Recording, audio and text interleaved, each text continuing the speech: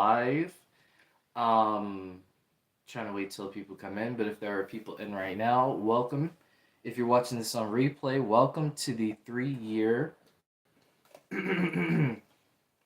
Welcome to the 3 year AMA Ask Me Anything stream where we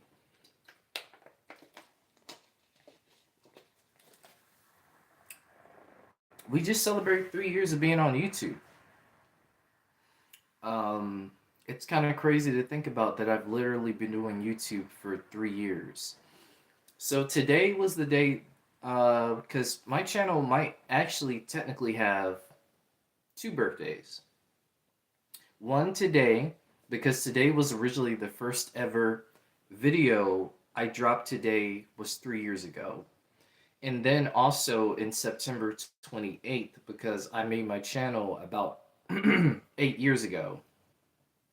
So technically my channel has 2 years, two birthdays, but it just depends. So I'm gonna get into your guys' comments. What's up, Digital? Spider-Man. Sup, how we doing? Doing okay. Honestly, could be better. Um, Today's been a very rough day. I won't get into why, but today's just been a very rough day. And I don't really want to get into all of it, but all I'm going to say is, you know, social media is a very toxic place sometimes. Especially when you have like a different opinion or you do content differently than other people or you're kind of willing to have like a different opinion. I think people on social media get too I think they just get too overwhelmed with stuff and they kind of take it out on other people. So that's kind of what I've been dealing with today. So that should kind of let you know what's been going on. You said I'm sorry about your sister. I hope your sister's okay. About oh, yeah, that's your mom. I'm sorry about your mom, Janine. I hope she's okay. Thank you, Carter. Yeah, 3 years. It's crazy looking back, thinking about doing 3 years of YouTube. And I started out doing a Cuphead video, which, by the way, I had to put on my Cuphead shirt because I kind of just wanted to make this stream kind of like a throwback to the first time I did certain things. So, like, my first ever video was Cuphead. My first ever live stream was sort of in this format on my phone. So, I'm kind of just doing a little bit of a throwback to everything I've done in the past and just kind of looking back at it because when I look back at my journey, you know, starting out on YouTube, and I think I told the story before, but I started a YouTube page when I was in high school, actually. I was doing vlogs. And I got a few people that watched it, a few people, not too many. And I enjoy doing a vlogging channel. Now, I do want to do vlogs in the future, so that is something that I do want to pick back up. But yeah, I did like two, but the reason why I deleted it was because the people that were in the vlogs I was no longer friends with, and you know how that goes. You don't really want to bring up stuff of the past. I regret it now because I did like a whole prom vlog, like I did like a prom and everything. So was just so it was just so cool, just kind of getting that experience kind of early. And then I didn't touch YouTube like after that, like some years ago, until the pandemic hit. And once the pandemic hit, um, it was hard on everybody. Everybody was going through a tough time. We were all on lockdown, all of that, right? And I had the idea for starting up a channel, a couple years before then, but I just didn't know what I was going to do or what I wanted to talk about until I sat down probably around Christmas time. I sat down around Christmas time and I really sat down and I thought about like I want to start a YouTube channel. But I'm like, what do I want to do? So I had this whole roadmap, which maybe I'll show off in the future to you guys. But I drawn out this whole roadmap of things I wanted to do and things places I wanted to take the channel going forward. And I still have that now. I still have that roadmap. I still have a lot of plans that I want to do that I'm hoping to do in the future. And so for me, it was just about, okay, now what am I going to do to record my videos? Like, can I get a camera? Do I have to do it off my laptop? Do I have to, I was trying to figure out like exactly how I was going to record. But then I thought about it. I was like, it's easy. We got cell phones. We have smartphones, you know? And I said to myself, why don't I just record off my smartphone? It's the most easiest accessible thing I have because I don't have much. I have my phone, I have, an editing software on my phone, and I have my laptops. I actually have two laptops and a desktop, but besides the point. So I said, you know what? I'm going to do what I have to work with. And, in that moment, I kind of thought about, I was reading some of the comics at the time, and I thought about like Spider-Man, how he started out and he didn't really have much. So he took all that he could and made it work.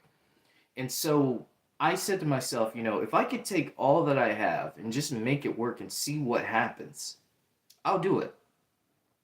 I went to recording like in January. The Cuphead show was coming out. That was a big thing that was getting talked about. I loved Cuphead. I still love Cuphead to this day. One of my favorite games. And when I found out that they were getting a show, I was all in. Like I needed to talk about it because I was excited. And if you saw that video, which it's a very long video, which looking back at it, if I had thought that I was gonna make a 16-minute video just talking about Cuphead, I probably wouldn't have done it. But I did it because, when you're starting out, you don't really know what you're trying to do. You just know you have a goal, but you just don't know how you're going to get to point A and then get to point B and then get to point C. So for me, it was just about the experience. What can I do differently? How can I, bring a different element to things? So when I did the video, it was like came out 16 minutes and I said, you know what? This should be fine. And then some other videos were 10 and 13 and others and I was like, looking back at it, this was too long, especially for the kind of content I was doing. And I kind of see now that longer form content that isn't streams, for me, they don't really do as well. I did the intergalactic, movie retrospective, and it didn't pan out like I thought it would. Maybe because I did it 2 years late. No one's talking about that movie anymore, so that might have been what was going on with that. But I started to kind of just dive more into different things. Like I was talking animation, I was talking Marvel, I was talking DC, I was talking wrestling, I was talking music. I just did not know what exactly I wanted to do. I just knew that I wanted to talk about everything, and I just wanted to have a platform where I could talk about these mix of things. And I saw some growth with it. I didn't see some growth with it. A lot of people were like, "Man, why are you talking about this? You should be talking about that." And it's kind of like, at that time, I was just in a place where I just wanted to see what could, come out of whatever it is that I talked about. So like there are videos if you go back like my Marvel playlist, there are old videos where I talked about like the top 10 black heroes I would like to see in the MCU. You see like a Wakanda Forever recast T'Challa video like way back then. You see like when a new deal for animation was going on. Like I did a video about that. Like there were so many different topics that I was just jumping into. I even did a the Batman movie review. I have it unlisted, but maybe I should list that stuff back because I do talk DC stuff. I may not talk about it as much as I probably should, but I did talk a little bit of DC then. I talked about Creature Commandos when it was first announced and things like that. So, like I said, there was just so much. Then I think for me, what really kind of hit my channel up to a peak, I'd say 2023.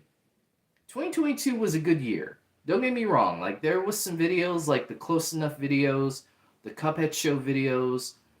My first ever reaction was a Cuphead was for Cuphead show. I think it was for the second part with the trailer, because they had a trailer for the second part of the Cuphead show.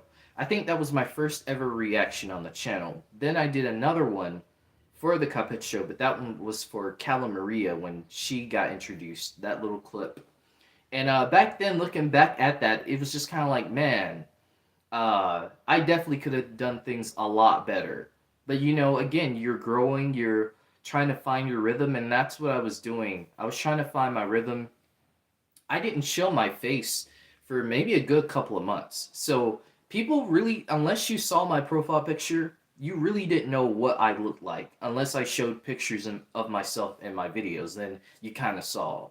So then I did sort of like a face reveal showing myself off. And the lighting in there was so bad. Like the if you go back at my old videos, the lighting is just so bad in them. And even sometimes the lighting is bad now in my videos. It depends on the time of day and the sun and all that stuff. But again, when you're in YouTube and you're learning, you're really trying to figure all that out. And like I said, I feel like it didn't hit my peak until like the 2023. You know, Tiny Toons University, The Amazing World of Gumball, X-Men '97. The when Spider was called Spider-Man freshman year before they changed it to Your Friendly Neighborhood Spider-Man. Like I feel like a lot of those videos, even the Cartoon Network ones, which I forgot who it was, but I asked, I think in my community page today, what was the first ever video that got you to the channel? So I kind of want to ask that for you guys. What was the first ever video that you guys saw of mine that kind of got you into my channel? Because someone did say that it was the Cartoon Network video. It was one of the Cartoon Network videos I did. Looney Tunes as well. Looney Tunes also is a big thing on my channel, which I've had a couple accomplishments, you know, throughout the space of being on YouTube. You know, I had James Gunn. He responded to me on Twitter when I asked him about what, you know, what timeline was Creature Commandos taking place, and he said it was current day, and that was a very big thing for me because you know, I didn't expect someone like James Gunn to respond to me with just a simple question, but he did, and I was so hyped. I was so excited. I was on a Discord call with my buddies, Carson. I think Carson is in here. Shout out to him. And it was just great, man. It was just really great being able to just share that moment with the guys, and I love those moments. I've met a lot of great people along the way in this journey too, and I just want to give a shout out to them. You know, Anima TD. If it wasn't for Anima TD, he's kind of been on a break right now. But Tony, if you watch this, I want to give a big shout out to you because if it wasn't for you, you know, just kind of inspiring me to, you know, start a YouTube channel in a way like I don't know if I would be doing this right now. So I want to give a big shout out to him. A big shout out to Pandatron PJ if you're here. I met Pandatron. He was actually playing Cuphead, funny enough, and that's how I got introduced to him. We talk and we've been great friends for years now. I also want to give a big shout out to Koi Fish Gaming. If you don't know who Koi Fish Gaming is, definitely go check out his channel. Retro Gaming, he'll give you all you need to know, some of the best consoles, some of the best layout work you'll ever see. If you love retro games, that is the guy you need to go to because he will give you the full rundown of that nostalgic experience of bringing those old retro games that you played with your cousins on TV and things like that. He brings that to life. And another person I want to shout out is two guys, Carson and Legacy. I've been friends with them. We've been friends for almost 2 years now, and it's been kind of crazy, but we talk all the time. It's been a great experience meeting you guys and just everybody. Like there's so many people I want to thank. Chillmonger recently, you know, him put me on to his streams and stuff. I'm gonna give a big shout out to him. And there's just so many people who have really helped. You know, in a way, help inspire me, but also kind of help along my journey. And I'm forever grateful to everybody who's just been here for 3 years. And I know this sounds like it's a farewell, but it's not a farewell. It's just I want to give my props to everybody, and not just them, just anybody who's came in, whether it's through live streams, through my videos, my shorts, my reactions, TikTok, Instagram, wherever you found me. I just want to say thank you to the bottom of my heart, because at the end of the day, I'm just a guy who just sits down and he just wants to talk about things in the entertainment. One of the big mission statements is, if there's any way that I can bring some positivity or bring some light into someone's life, I feel like I accomplished that mission statement. So I want to continue having that mission statement. And I'm not a perfect person. I have my days where I'm going through stuff, and sometimes I may respond in a way that may come off rude, and I don't want to. I don't want to do that. So if I have been rude to anyone in the past, I do want to apologize. Like I said, this is all about growth for me. And, I want to keep growing, not just as a YouTuber, not just as a content creator, but as a person. And I want to take you guys along that growth and that journey with me. We can grow together. And that's what I want to continue to keep doing for as long as I can. For as long as as long as I can. And like I said, thank you so much for all of the 3 years of just supporting me, showing love, just everybody. Just thank you. That's all I can say. And I'm going to keep saying it. I'm going to keep saying it. It's not going to stop. I know we have some bad apples. We have some people who make some comments. They say some racist comments to me and stuff and like that. And you know what? That's fine.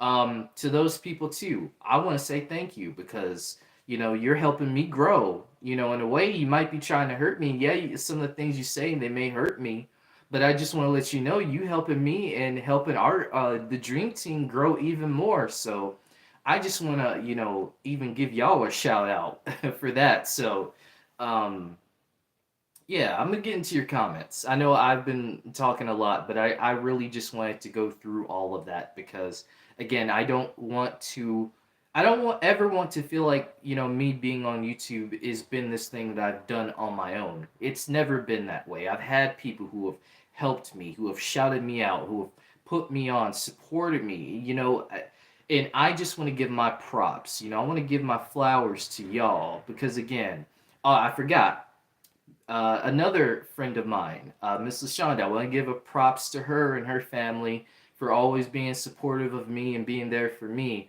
as a friend. And just, again, like I said, there's so many people who just inspire me and mold me into the person that I am. And again, I'm forever grateful. I am. I'm forever grateful for y'all.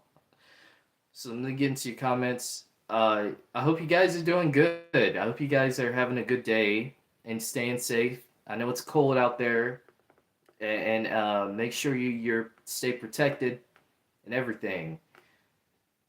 You said, how old are you? I'm 23. Where do you live? Hawaii. There you go. When did you graduate? I graduated in 2019. So yes, that may seem a little far, but it's not that far. And like I said, high school was definitely an experience in itself. And there's a lot of people also I want to thank too, just from high school. We may not talk as much. I may not, have the time, or you guys may not have the time, because we're all busy. We're all busy in life and we have our own things. But I want to thank you guys, to the people in high school that made me feel seen, made me feel like I actually did fit in. I've never been someone who fit in, but for them to, just be a friend and just be down for me and stuff, I really do appreciate y'all too. And I hope you're doing good. I hope you all are doing good.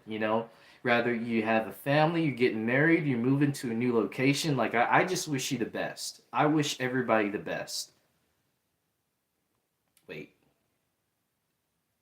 I didn't mean to. I didn't want to. Okay, I didn't remove that. Okay. When did you? Okay, I answered that. What is your favorite YouTuber? Mine is Cassidy Campbell. I have quite a few, but if I were to name one big one, it would definitely be In the Clutch. If you don't know who In the Clutch is. They are a reaction channel. Two guys, Dub and Ross. I've watched them for years when I was in high school. Their first, I believe their first ever video that I watched was, if you guys remember, this is around the time I just graduated from high school. Or maybe I was in high school then. No, I think I graduated from high school. When Eminem and Nick Cannon had their little rap thing going on where Nick Cannon was trying to, you know, try to send shots at Eminem. Their first ever reaction video, I think, was that first diss track that Nick Cannon put out because I wanted to see what their reaction was to it, and their reaction was so funny. So ever since then, I've been a fan, and then to find out they are wrestling fans like I am, they're actually the ones that got me back into wrestling. Like I stopped watching wrestling for a good amount of years because wrestling was kind of going down. I didn't like certain storylines that they were doing. But, when I saw them reacting to, they would always do, and they still do, they do live reactions to all the pay per views and all that stuff. So when I think it was the Royal Rumble pay per view. It was Roman Reigns versus Daniel Bryan versus Edge, and I watched that live, and I tell you, that is the match that got me back into wrestling. That match was so good. So for me, I instantly started getting back into wrestling thanks to them. So shout out to them for that. And again, check out the reactions. They react to a good amount of content, music reactions, video reactions. Try not to laugh. So they do it all over there. So they're my favorite YouTubers for sure. You're a good one too. Thank you. I appreciate that, Alexander. Congrats, man, for 3 years of YouTube. Thank you. Thank you, Charles, and thank you for always being so supportive, in the comments and stuff. Like I said, I appreciate everybody who just comes through in the streams and it just in the videos and shorts and everything. And even on social media, if you follow me on Twitter, you respond to me there. I appreciate it. It's great having these conversations with you guys, and this gives me a space to have, conversations that I might not be able to have with others sometimes. So it's great. I love it. It's rough. I'll be honest. It's been a rough journey. Sometimes I wanted to quit, but again, it's the people that like you guys who motivate me and inspire me every single day to keep going. Have you asked about collabing from the post? Alexander, I don't know if you were here, but the stream I did last Friday, Anthony Cho, he actually came into one of the streams. And I told him, like, hey, we need to collab sometime. So who knows? We might get that Anthony Cho and JaceTheDon collab going on pretty soon. But who knows? There's definitely going to be more people that I collab with. I have some other things that I won't say that I'm working on that I'm sure you guys are going to be excited for. So just stay tuned. Have you ever dyed your hair? No, I have not. I don't see myself ever doing something like that. I love my natural hair. Black. I love natural hair colors, so I'm good. Unless I have to do like a movie role.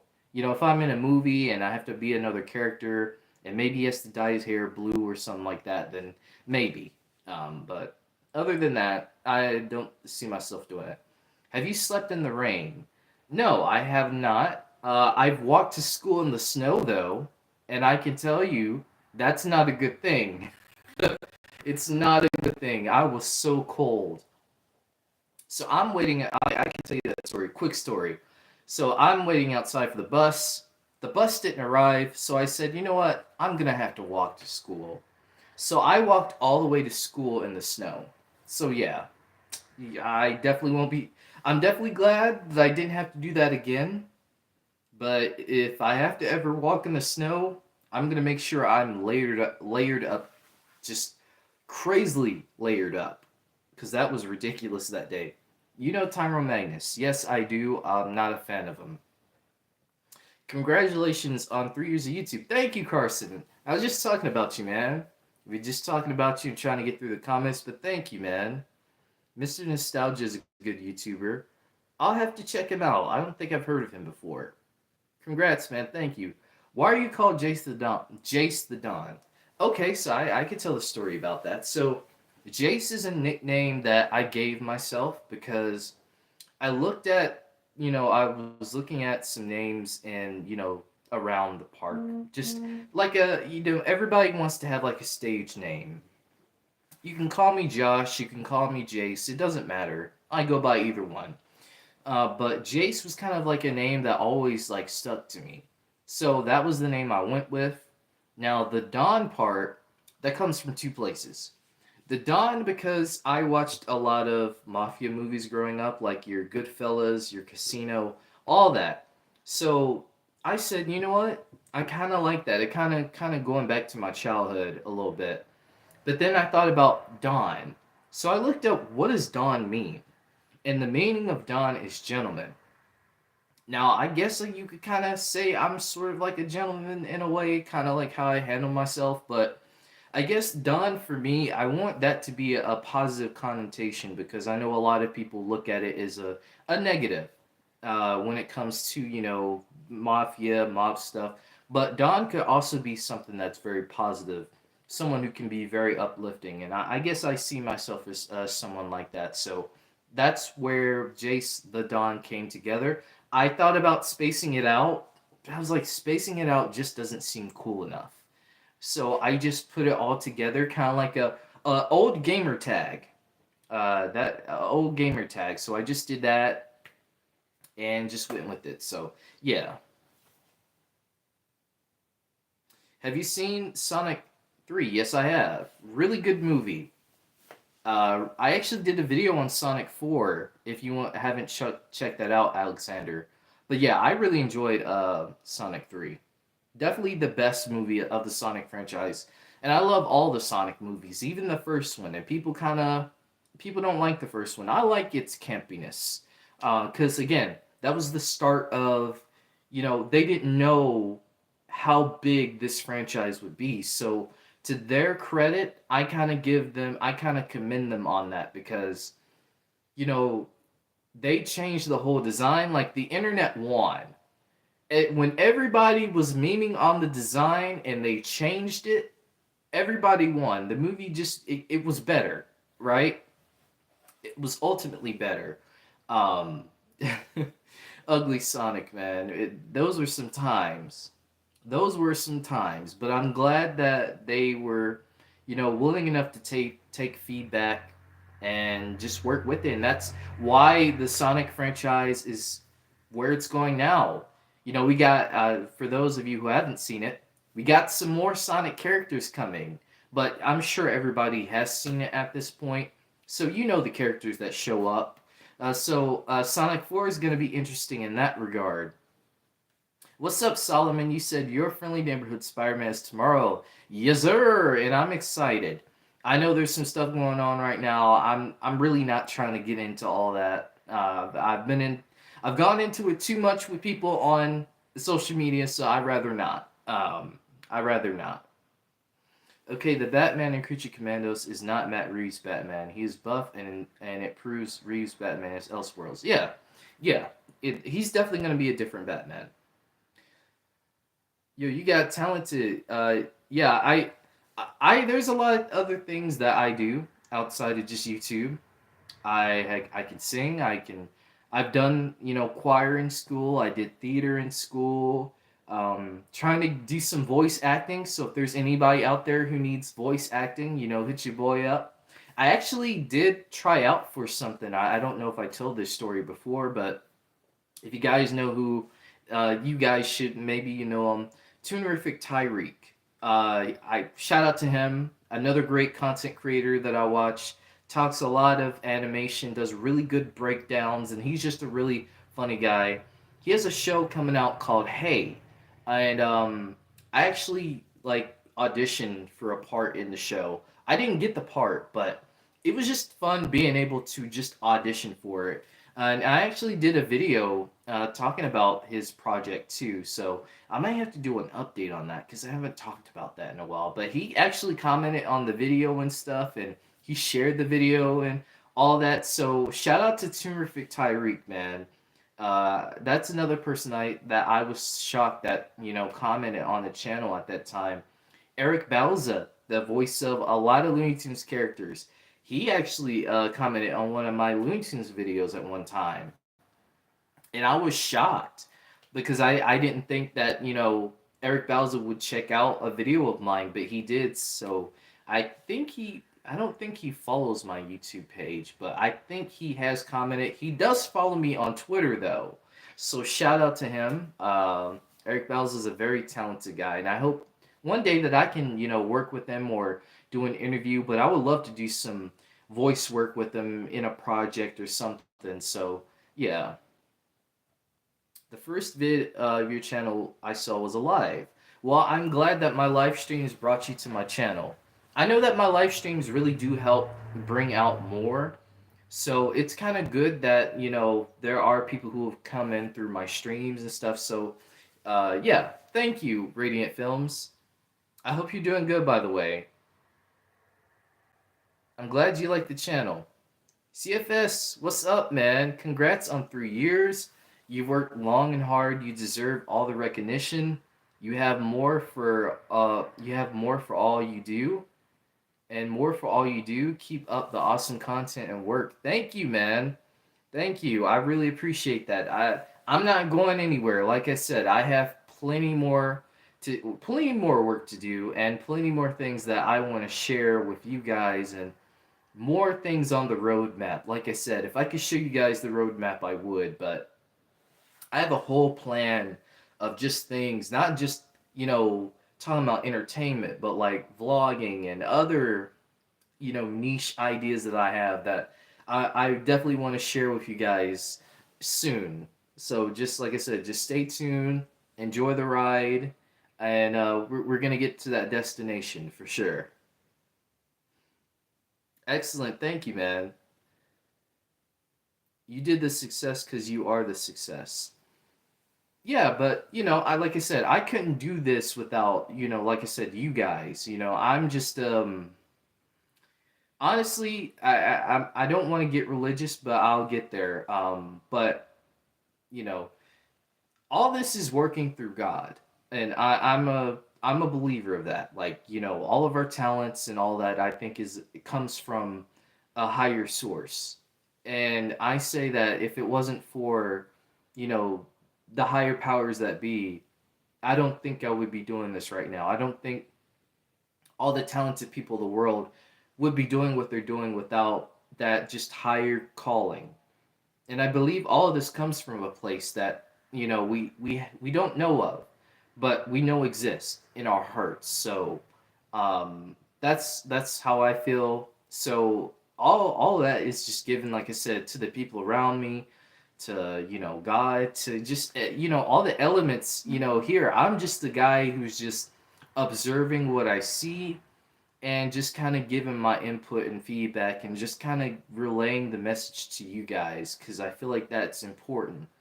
And I want to make sure that this is a safe place for you guys to, have your own opinions, but also feel that you have viable information. Now, sometimes I don't get everything right, and I'll admit it. There's been some videos where I might not have gotten things right, or some news that I did was outdated. It happens all the time. But at least I want to try to keep you guys up to date as much as I can. If I catch some things that maybe you guys didn't catch, or maybe you guys caught something that you want me to do a video on, you guys tell me about it. I definitely try to, lean into that where I can. So again, it's all thanks to you guys. What's up, Nostalgic Times? I used to watch NASCAR growing up, then I stopped watching it because it just wasn't the same anymore. But I'm into F1 now. See, that's awesome. See, there's always something in that same space that you might get interested in, and that kind of leads you into sort of the same similar thing, but kind of different. So, like you said, NASCAR. But who knows? Maybe something in NASCAR becomes like a very big thing, and it might be like really appealing to you. And who knows? You might go back to NASCAR. It's all possible. So again, that's what's so interesting about this is sometimes when you lose interest in something, sometimes that interest kind of comes back over time. Like I said, that's how it was for me with wrestling. I watched wrestling all the way through until about high school. Then high school it kind of dropped off and I got tired. And then about around the pandemic 2020 when Roman Reigns was a champion, even though I'm not gonna lie, I got a little tired of Roman Reigns being a champion for as long as he did, and I'm glad Cody finally finished the story. But just that alone, and a lot of other things that were going on in wrestling at that time, it really intrigued me. So that's when I started watching wrestling again and getting back into it.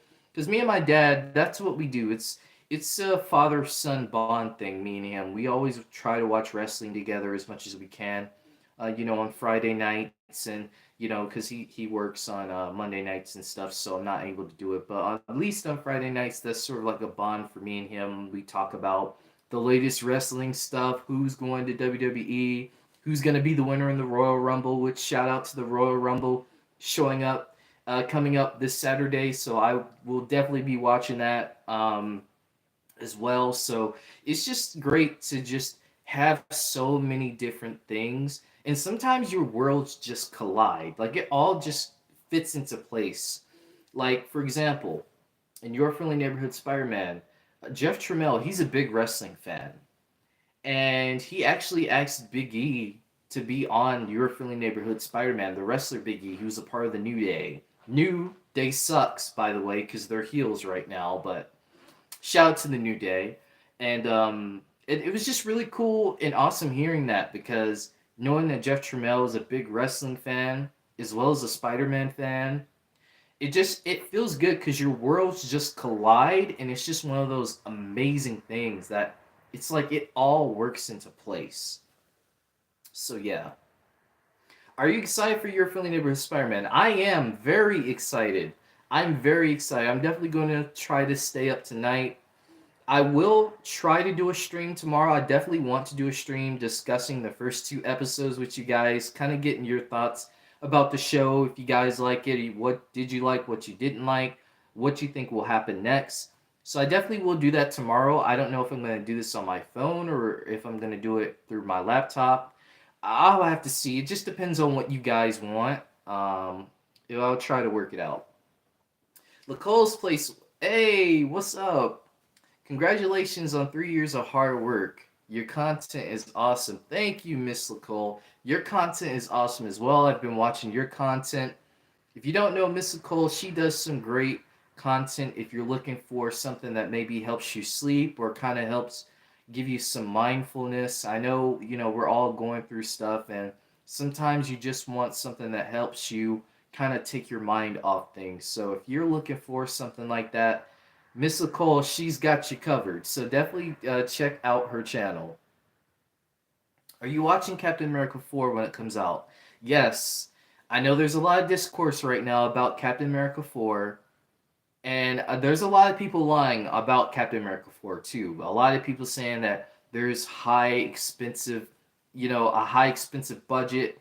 There's a video on YouTube. I follow the channel, but there's a guy who just recently debunked all of everything of the rumors and lies that people have said about this film. Check out that video. I'll try to see if I can, find that guy's YouTube page, and I'll probably link it to you guys. But it's a really good video. Goes into depth, and to me, that's the kind of content I like to see. I like when people hit you with the facts. They don't hit you with just opinions. Because everybody can have an opinion. Everyone can throw a number out there and say that it's factual. But until you get factual evidence, that's when you know you have the real deal. So when you hit people with the facts, they don't know what to say. So that's my advice to anybody. When people try to tell you you don't know what you're talking about, hit them with the facts, and then you see how they respond. They have nothing else to go by. It works every time. This dude's getting noticed by celebs, man. Hey, it's all listen. It's all about the process, and I've had like a celebrity sighting before. I saw Adam Sandler when I was in 8th grade, and I really wanted to see him, but because I was on a field trip, my teachers were tripping about it. No, you can't see him. I was like, "Are you kidding me? This is Adam Sandler, Billy Madison, Happy Gilmore. Grown ups. What are we talking about? You mean I can't talk to him? Like that was the most craziest thing to me.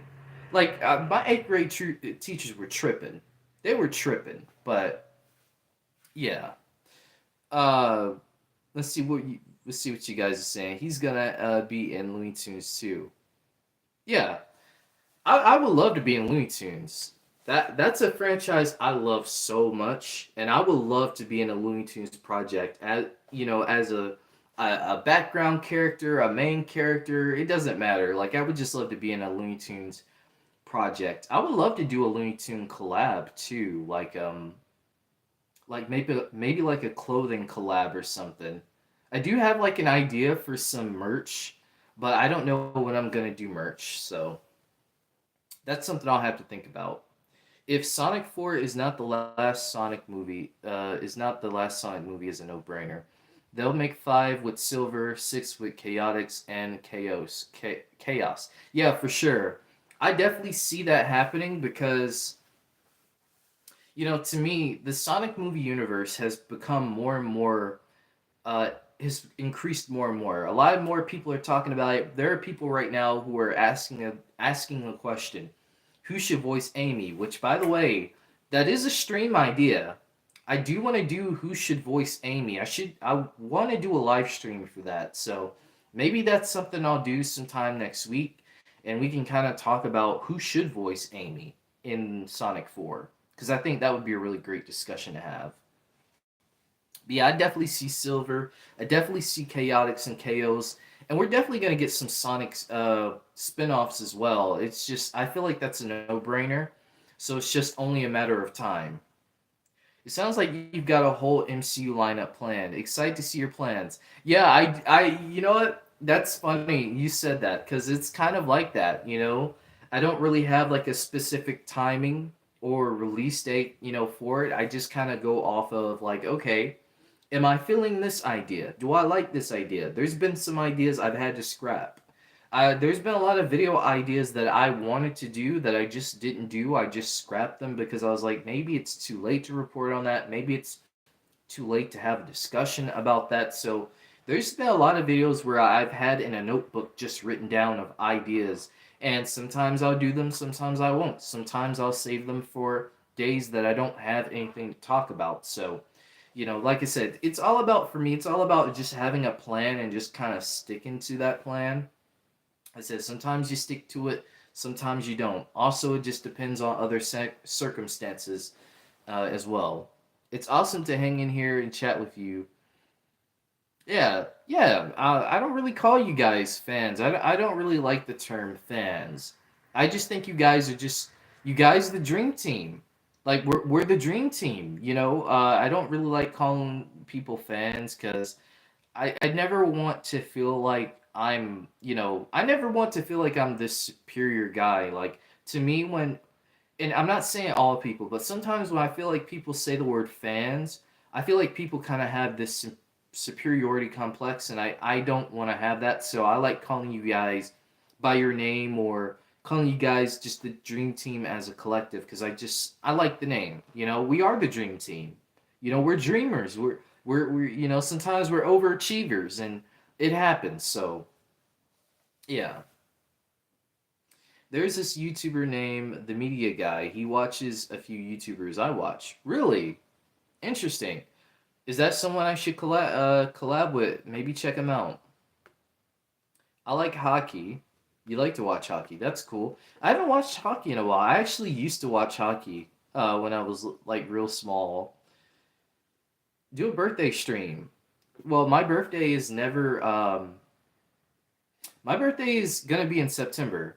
So my birthday's in September. So if I'm not busy on my birthday, I might do a birthday stream. I thought about doing one last year, but I didn't. So maybe that's something I should do. Never heard of Miss Nicole. Well, Alexander, I think you should. I think it's a great time right now to get to know her and see what kind of content she offers because she does really amazing content. You said I most likely won't watch Your Friendly Neighborhood Spider-Man. I'm a huge Spider-Man fan, but I won't be watching it. It looks boring. You know what? That's cool. Like I get it.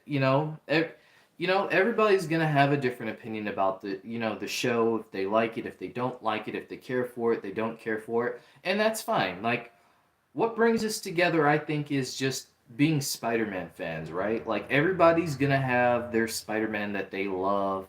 People are gonna have that Spider-Man that they hate, or that Spider-Man comic run that they love, that Spider-Man movie, that cartoon, that TV show.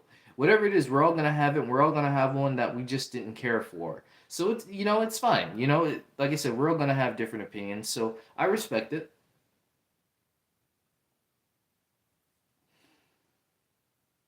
It did look a little off. Who knows? I might like it.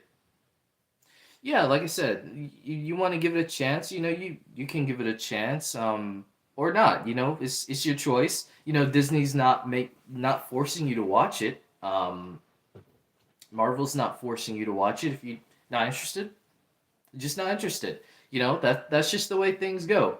I was the same way with Velma. I didn't watch Velma. I did a video on Velma, and I didn't talk any more about it because I just had no interest in that show.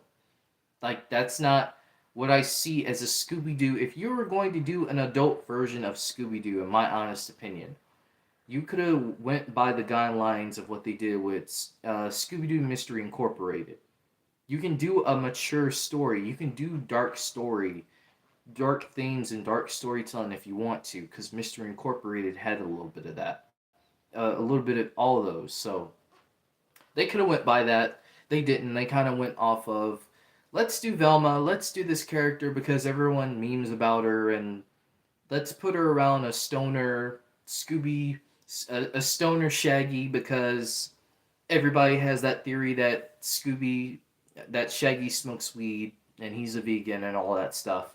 Let's throw in Daphne, who's another fan theory that people have, and let's throw in Fred. He's this like white guy who just he doesn't know anything. He's dumb and all that. And you know, uh oh, and my bad. And there we go. That was way too close. But anyway, like to me, the whole premise of that show it's not something that to me that entices me as comedy. You know what I mean? And I watch a lot of Futurama and Beavis and Butthead and Daria. Like, those are some of my favorite shows. Space Ghost Coast to Coast is just my all-time favorite. I love Space Ghost Coast to Coast. And so for me, my kind of comedy is a little bit different. I'm a little bit on the, I wouldn't say old school side, but my comedy's kind of more like, my comedy's more kind of like in those like shows and stuff. So for me, some like Velma just didn't appeal to me comedically either. So Anthony Chobot, he was in the stream. Yeah, he was in one of the streams. He was in the stream Friday night. Definitely go check it out. Since you've been a content creator for 3 years, what advice would you give to a creator who is just starting? I'd say the advice I would give to any creator is figure out what it is that you want to do, what it is that you want to talk about, and just record. It doesn't matter for how long, it doesn't matter for how short you do it. Just record. Go for it. Look up videos to have playing in the background. Whatever it is that you want to do artistically to make your channel stand out, I say go for it. Because YouTube is all about taking a risk. If you don't take that risk to find your audience, to find, who you are, what energy you want to put out there to the world, then you'll never know. And it's okay to look at other people's channels, try to get some inspiration. But when you put your own twist on things, I think to me that's where, as a creator, I think it's good to kind of just figure out what you want to do on your downtime, find out YouTube videos, search up, how do I put in B-roll footage? How do I put in a transparent background, behind me? All these different things, it's okay to do research because it just makes you better and better as a person. I think of it as like going to school. When you have a test, you prepare for the test, you study for that test. And so I think of YouTube as like if you want to like I said, bring something different, you got to prepare for it. You got to sit down and strategize a plan. Well, how do I want to do this? And when you find out, you just go with it. You go with the flow. You just figure out where the blend is going to take you. And then you let the road, lead you. Let the feeling, let the vibe hit you. And then you'll know. So, that's my advice. Study, prepare, have fun, and let the vibe take you where it wants to take you. That's my advice. Who do you want to see in the Clayface movie? I want to see Batman because I want this to be somewhat connected to Brave and the Bold.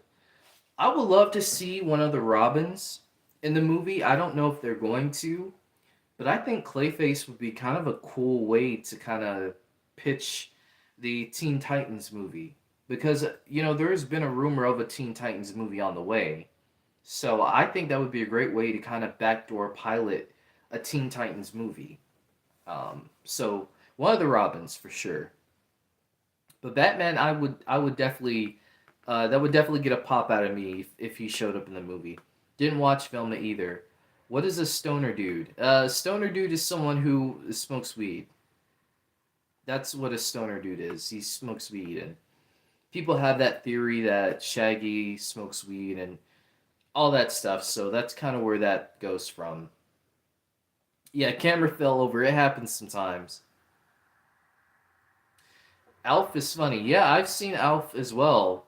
I've seen like a couple episodes of Alf. Family Ties, The Jeffersons, Sanford and Son. Like I grew up with all that because my parents watched a lot of those shows. So for me, like I said, my comedy is kind of like old school because I grew up with the Eddie Murphys and the Chris Tuckers and the Dave Chappelle and the Jim Carrey. Like I grew up with all those comedians. So for me, that's why my comedy is like very much different. And I miss how comedy used to be in a way because times have changed and you know you can't really make jokes about certain things because people take offense to it, which I understand to some degree that part. But then also at the same time, I do kind of wish we could get back to a time where we could make jokes about certain things and not take it so literally to the point where the whole movie studio and everybody involved should be canceled for it. I think you know I feel like in a way certain things that have happened have kind of messed up comedy in my honest opinion, and I miss where comedy used to be, where you would just sit down and tell jokes and not have to worry about someone throwing a shoe at you for making a joke about whatever it is that they make a joke about or any of these things. So yeah, I have two YouTube channels. I make content on both. I'll have to check out your channel, Nostalgic Times. Big fan of my T-Sun. Really? I've never heard of him. What kind of content does he do? You still gotta check out Rooney. Write down Blue Sky by Rooney. You can watch it. It's so good. Okay, I'll check out Rooney. I think that's his name. Or is it Roney? Is it Roney or Rooney? Let me know. Jim Carrey is funny for sure. Yeah, Jim Carrey, he's hilarious. He had me cracking up in Sonic 3. He really did. And him playing two characters in a movie, shout out to him. Cause that's a lot of work. I think about people like, Robin Williams, Miss Doubtfire. I think about, Eddie Murphy, who legit in The Nutty Professor, like played all those characters, like that's a crazy amount of work, but because they were so dedicated to playing all those characters all in one, it just gives me more appreciation for them, not just as a comedian but also as a storyteller. So I give my props there. The actor of Shaggy from live action Scooby-Doo movies 1 and 2 did a good Shaggy voice. That's why I preferred him as my go-to voice actor of every Scooby-Doo animated shows and movies. Yeah, Matthew Lillard has been recently, I've noticed, he has been doing a lot more voiceover work for Shaggy. So I would imagine he's going to continue voicing Shaggy for as long as he can. You know, kind of like how Tom Kenny, he's been voicing SpongeBob for all these years, and he has no sign of stopping. So, shout out to Tom Kenny and the crew at SpongeBob. I haven't watched the recent. I did watch SpongeBob the other day though, and I'm not gonna lie. Recent SpongeBob might not be that bad. It's not as bad as I thought it was. Yeah, they do like a lot of exaggerated cartoon faces, but I feel like they're just trying to. I feel like in a way they're trying to keep up with the times because they know that SpongeBob has been a constant meme source for a lot of years. Everybody knows at least one SpongeBob meme in their life.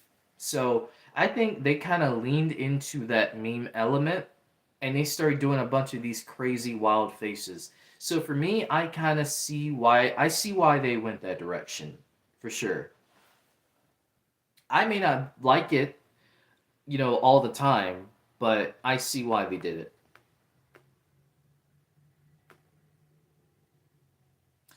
Yeah, never heard of Mike Thiessen.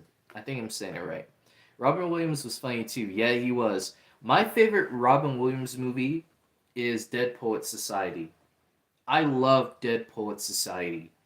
And his role in that movie to me was just to me that's his best role. And Robin Williams has done a lot of roles. Like he's voiced Genie in Aladdin. Like that's another great iconic role. But for me, him playing the teacher in, Dead Poet Society, I just I love that movie. And it's a sad movie. There's some sad tragic things that happen that in that movie. And it's just a movie I always go back and watch. And so shout out to Dead Poet Society and Robin Williams. It saddens me, what happened to Robin Williams because he brought so much joy. And this is kind of like a testament to just life in general. You never know what someone is going through until you find out what they're going through. Sometimes people may not always be comfortable enough or willing enough to tell you what they're going through. But sometimes some of the people who have the biggest smile on their faces are the ones who are going through a lot. And they have to keep that smile on their face to kind of hide the pain that they feel. I'm not trying to get deep, but that's just kind of like a testament of you just never know what someone is going through. I watched Jack over the week. Yeah, yeah, that's a good movie. So, Mork and Mindy, also Mork and Mindy, which Robin Williams was in. That's a great show. I suggest checking out Mork and Mindy. I'm in the last year of high school and I don't know what I want to do. I've been thinking about acting in movies, but I don't think I could ever do it with my ADHD and my memory isn't that great, so I don't think I should. Let me tell you something nostalgic. If you want to be an actor, you go for it. We all go through something. We all have a flaw. We all have something that we deal with. And through that, if you can find the strength in what you have, the thing that you feel that makes you weak will become your greatest strength. So, yeah, you may have ADHD, but there's a lot of actors who have ADHD and a lot of other things. There's actors who have autism. There's actors who have so many different, uh, things that they have going on, and they still act. They still put on a show. They still do what they need to do because when you're passionate about the things that you love, you let that passion rides through you. You let that passion shine through you. And in my opinion, if you let that passion shine through you, I think all the things that make you feel the way that you feel about, your ADHD and your memory, I think that'll all suffice. Now, I won't say it won't be easy because nothing is ever that easy.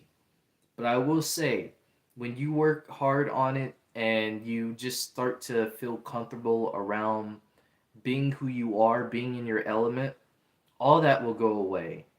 Because there's a lot of actors who don't. Sometimes you can tell certain actors are nervous when they give interviews and stuff, and certain actors you can't tell because the way that they're just to the nines.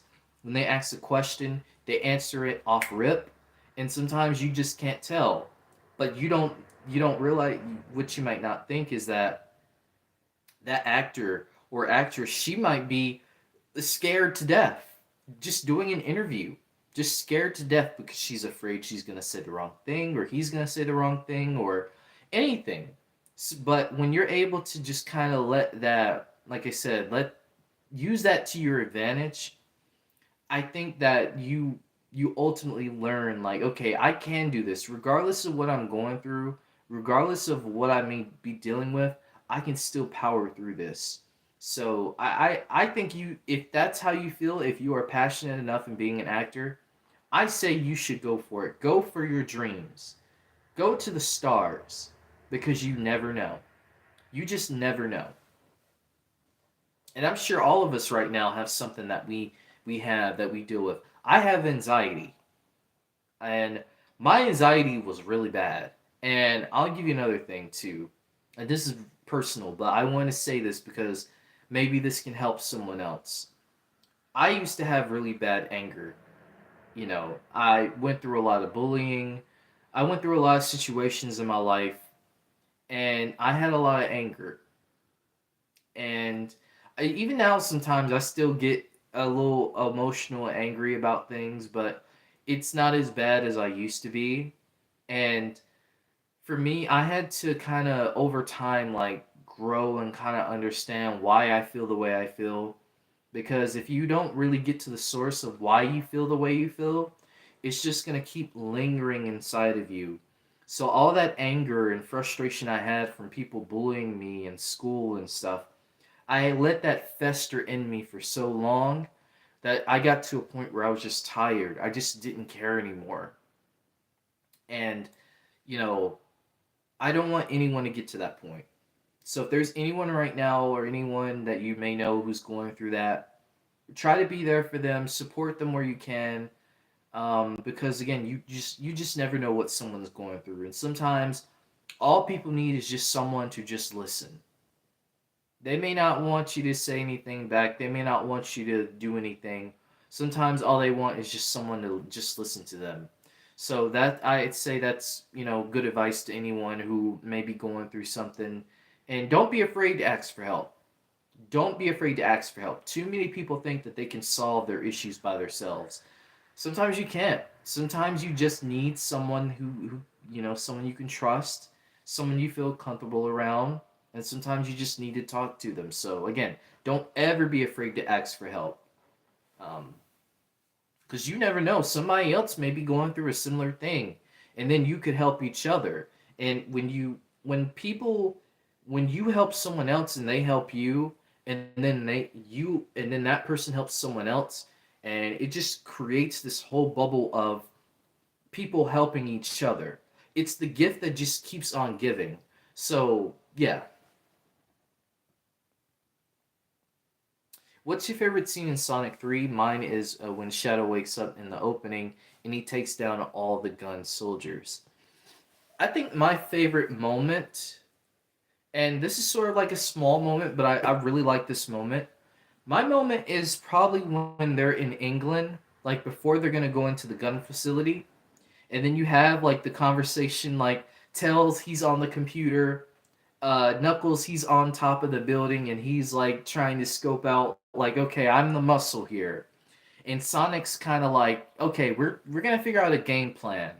For some reason, that scene to me, I really like that scene, and then you get Tom in there too, and stuff. So I just to me, I love that whole banter and conversation they had because to me, that's one of the big key moments in the movie because this all goes back to what Tom told Sonic in the beginning.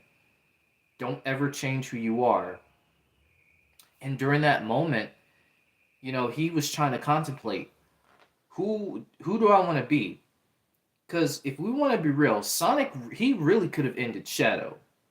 If we really wanted to be real, Sonic he really could have gone there. But he chose not to go there because he knows that's not who he is. That's not who, ever since he, came to the earth, ever since his mother died, if we know that his mother died, which it would be kind of interesting if his mother didn't die, but, um, you know, all that you learn throughout your life is what molds you. And I think, like I said, going back to that scene, I just love how he was kind of in that moment. Do I want to do this? Do I not want to do this? Do I even want to be a team with, Shadow? I mean, do I even want to be in a team with Knuckles and Tails? I don't know. So, um, I like that scene. So, that's probably my favorite scene. Another scene I will give, and I thought this was it's so funny. But Jim Carrey, him as obviously Robotnik, and then you have Gerald, right? They're in the Ray room, and then they just start dancing to Galvanize by the Chemical Brothers. And I've heard that song so many times because I used to play Need for Speed Most Wanted 2012.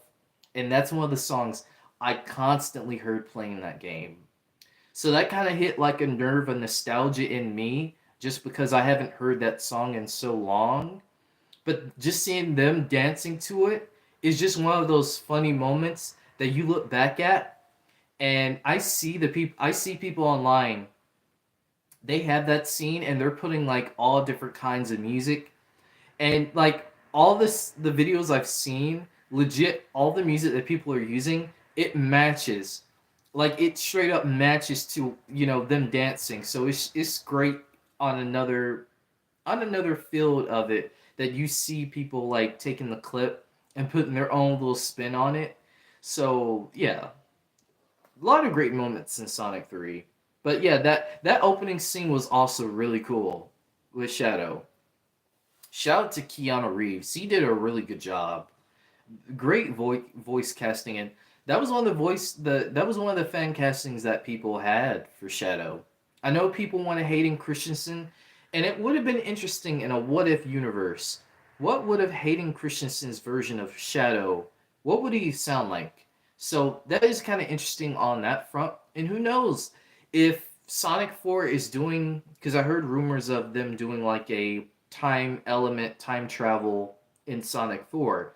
Who knows? Maybe there's a situation where a shadow might bump into another shadow. Who knows? It might be voiced by Hayden Christensen. Hayden Christensen. So we'll just have to see. But like I said, exciting things for the Sonic franchise. I'm looking forward to the next movie. I'm in my last year of high school too. Born in 2006. Yeah, I'm gonna say this. Those high school years, they breeze by pretty fast. Like freshman year feels kind of slow. Your sophomore year is kind of in between. Your junior year kind of goes by a little bit fast, and then your senior year goes by like that. So just when you think, being a senior, it's gonna be like, college, graduation, that's gonna be a while. And then when May and June hits, I'm graduating. I'm applying for college. Oh snap! This is like legit the end. So you had that realization, and I had that realization in high school as well. Like legit, time had flown by. And the scene with Shadow and Maria is nice. Yeah, that scene too. That scene, and I'm glad the movie did something different. Like they could have went the route of the whole situation that happened with Maria. They could have went that route, but because they went and did something different, I think it kind of hit on a very other emotional level that I think really worked for the film, as opposed to them copy and pasting what they did, what was done in the game. I had anxiety, but because of bullying, it just happened from panic attacks, which I don't have anymore. See, everybody's going through stuff right now. Oh! I'm so sorry, Alexander. I'm so sorry. I should have asked if people had seen the movie or not. I'm sorry if I spoiled you. I won't say anymore. I won't say anymore. I'm sorry. Yeah, you're a little behind. I'm sorry. What's up, cool Mario Brothers? Hey, got back from school. Anything on your friendly neighborhood Spider-Man? Well, we had a new poster, which I didn't share. Actually, two new posters. Then we had a another clip that I have on my channel if you want to check it out, or just check it out on the Marvel page. So there's a new clip from the first episode, I believe. And then we got, because they're doing like the classmates yearbook thing. So they kind of closed that up with Peter. He was the last person to get a promo video. I have all the promo videos on my channel in the shorts feed if you guys want to check those out. But that's pretty much it. There is a controversy going on right now about your friendly neighborhood Spider-Man because uh, and I don't honestly know if I want to get into it, but I'll just say a lot of people aren't happy with what a particular someone said. What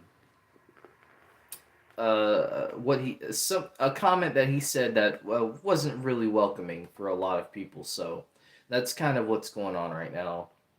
Thanks for that. I love watching actors behind the scenes, and I love watching a lot of movies. Yeah, I do too. I love movies. I love learning about the behind the scenes process and just everything because there's so much production that goes into movies, TV shows. Like this is we're like I'm talking like years, years of development with movies and TV shows and video games too. You know, there's a lot of video games where you'll have a video game done and they're already starting pre-production or halfway through the game that they're finishing up on. They're already halfway through pre-production of the next game.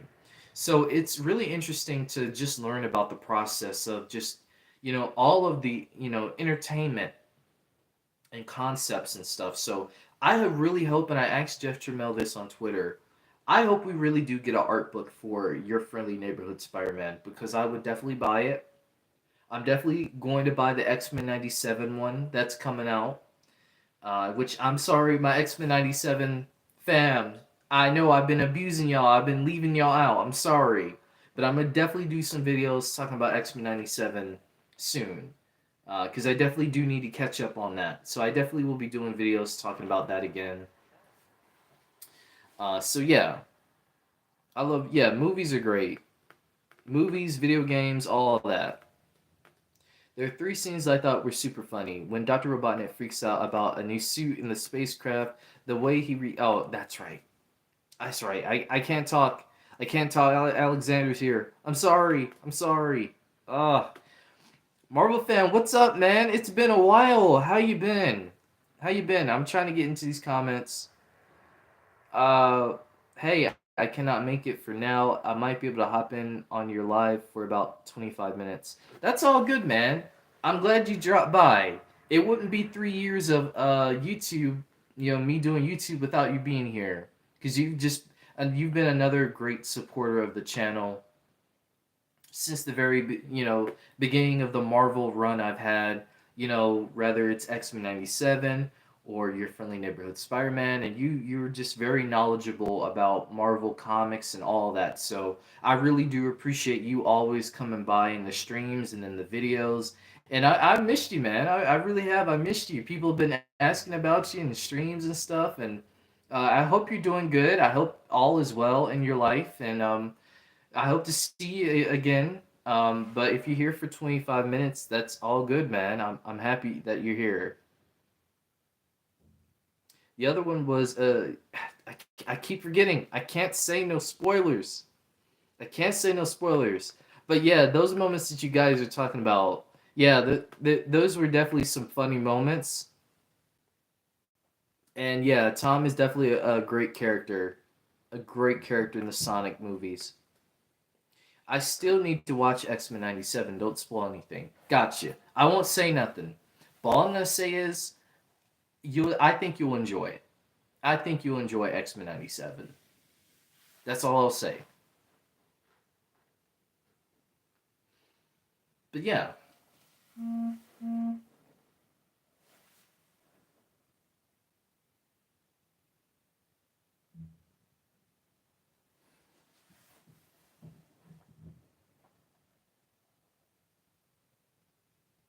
So yeah, if you guys have any questions about anything really, it doesn't have to be just about YouTube or things that I talk about. If there's any like questions that you want to know about me personally, as a person, I'm down to, answer. I'm just, here because like I said, 3 years, it's wild to think about. Time has really passed. Like I said, 3 years of just doing this, and like I said, it's just been a great journey, kicking it with you guys and just kicking it with everybody that's come through. Like I said, it doesn't matter, where you started, rather it was from the beginning with my Cuphead videos, or, maybe you saw that one WrestleMania 38 video I did, and you're probably wondering, when am I going to do more wrestling content? Or, maybe the Michael Jackson behind the lyrics video I did, or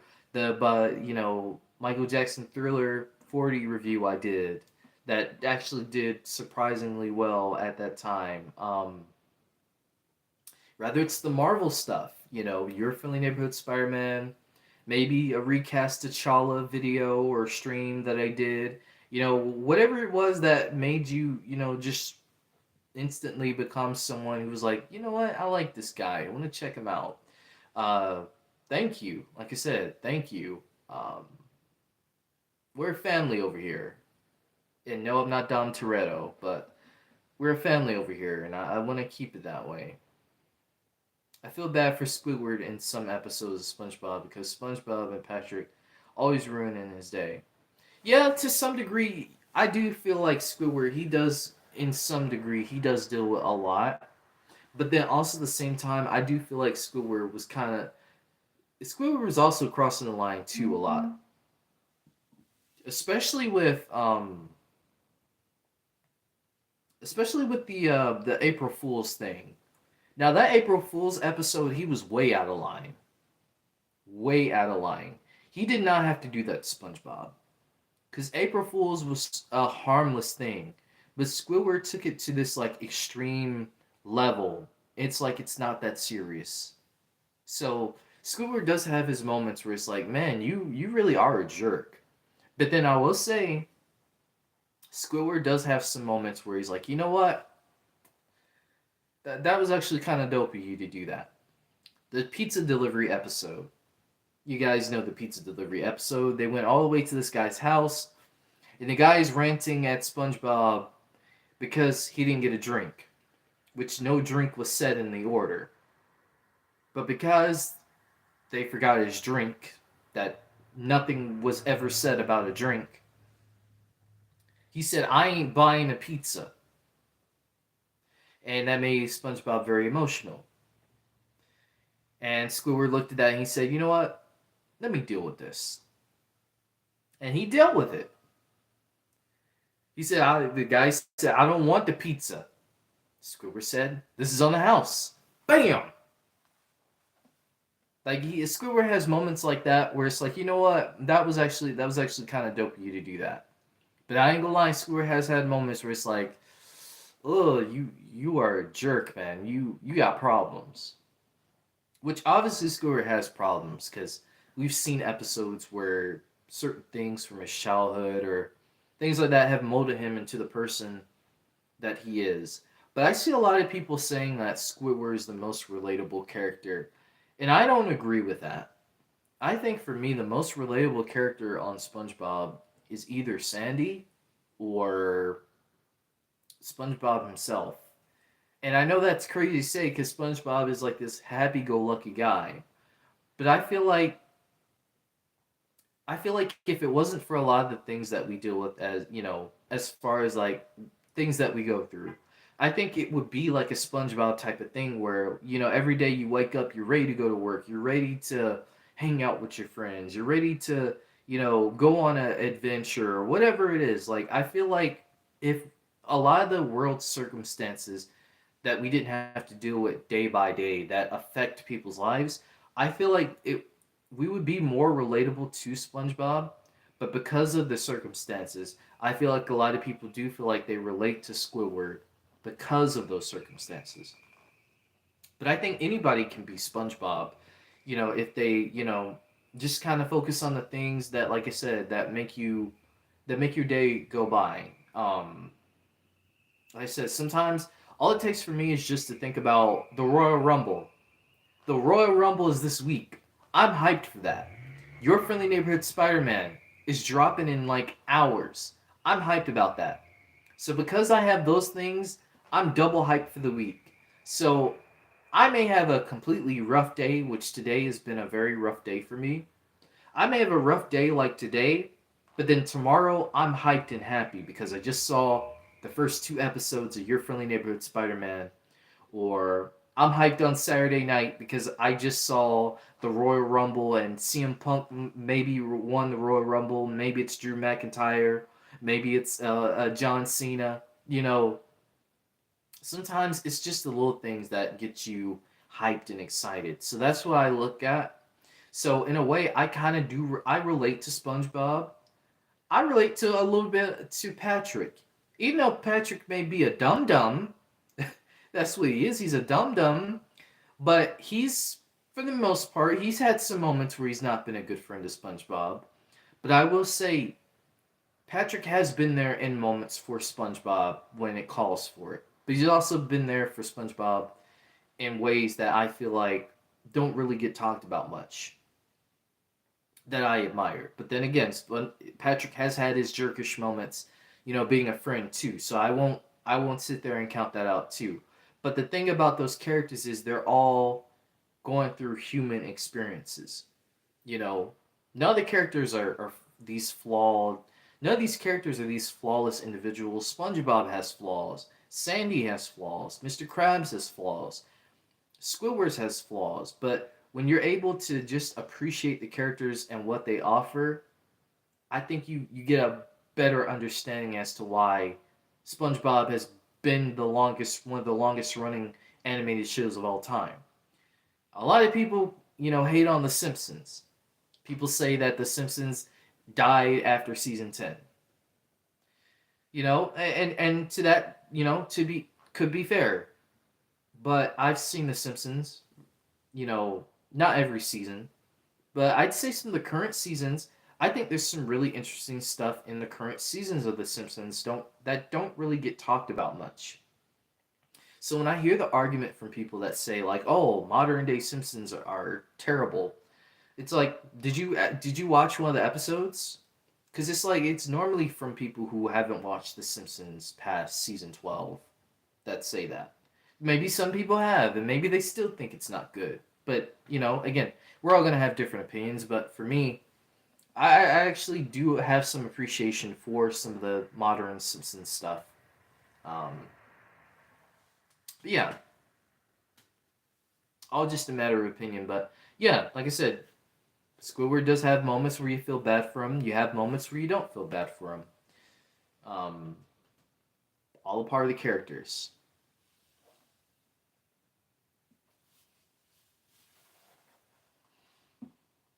Yeah, I'm gonna see. What is my phone on? 60. Okay, not bad.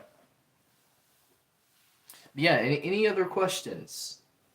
Any other questions that you guys may have? I'm probably gonna be here for a little bit.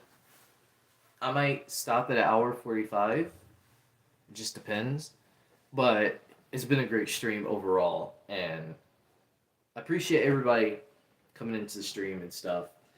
I had a video planned for Your Friendly Neighborhood Spider-Man today, but I just got so busy. I just didn't have time, and quite honestly, I just got really I just got really late. I got really lazy today, so I just didn't want to do a video.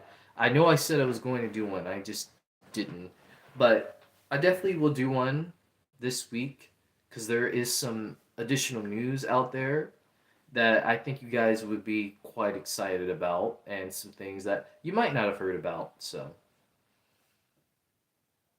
who's your favorite Batman and Joker voice actors that are not Kevin Conroy or Mark Hamill? Mine is Roger Craig Smith, I think, and Troy Baker. Um, as far as Batman, I actually like the voice actor from Batman Cape Crusader. And I know people, Hamish like Linklater, that's his name. And I know people may have their gripes with Batman Cape Crusader, but I actually like the voice actor for the Batman in that. So I have to say him. And then Joker. Um, that one's one I have to think about because Mark Hamill's just the one I've always been accustomed to hearing. But the other Joker voice actors, they do what they can, but I feel like Mark Hamill, like nothing beats Mark Hamill. So the Joker thing I have to think about.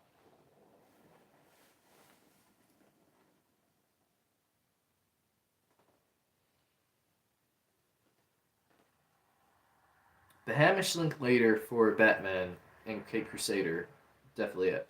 What's up, Caden? What's up, man? Welcome to the stream. We celebrating 3 years of Jace the Don, and it's uh that's weird even saying that, but I'm celebrating 3 years of YouTube. That's all you gotta know, man. I hope you're doing good. It's been a while. We're just talking about different things. So if you have any questions, feel free to ask. It could be about anything, really. Um,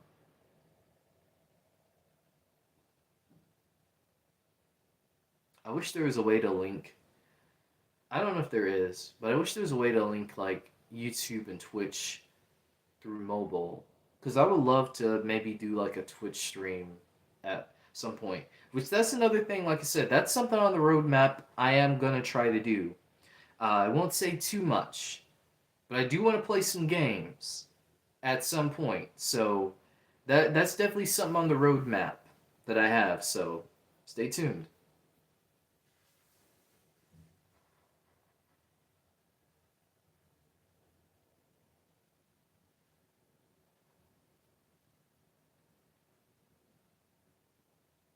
Hey, what's up, Anthony? What's up, man?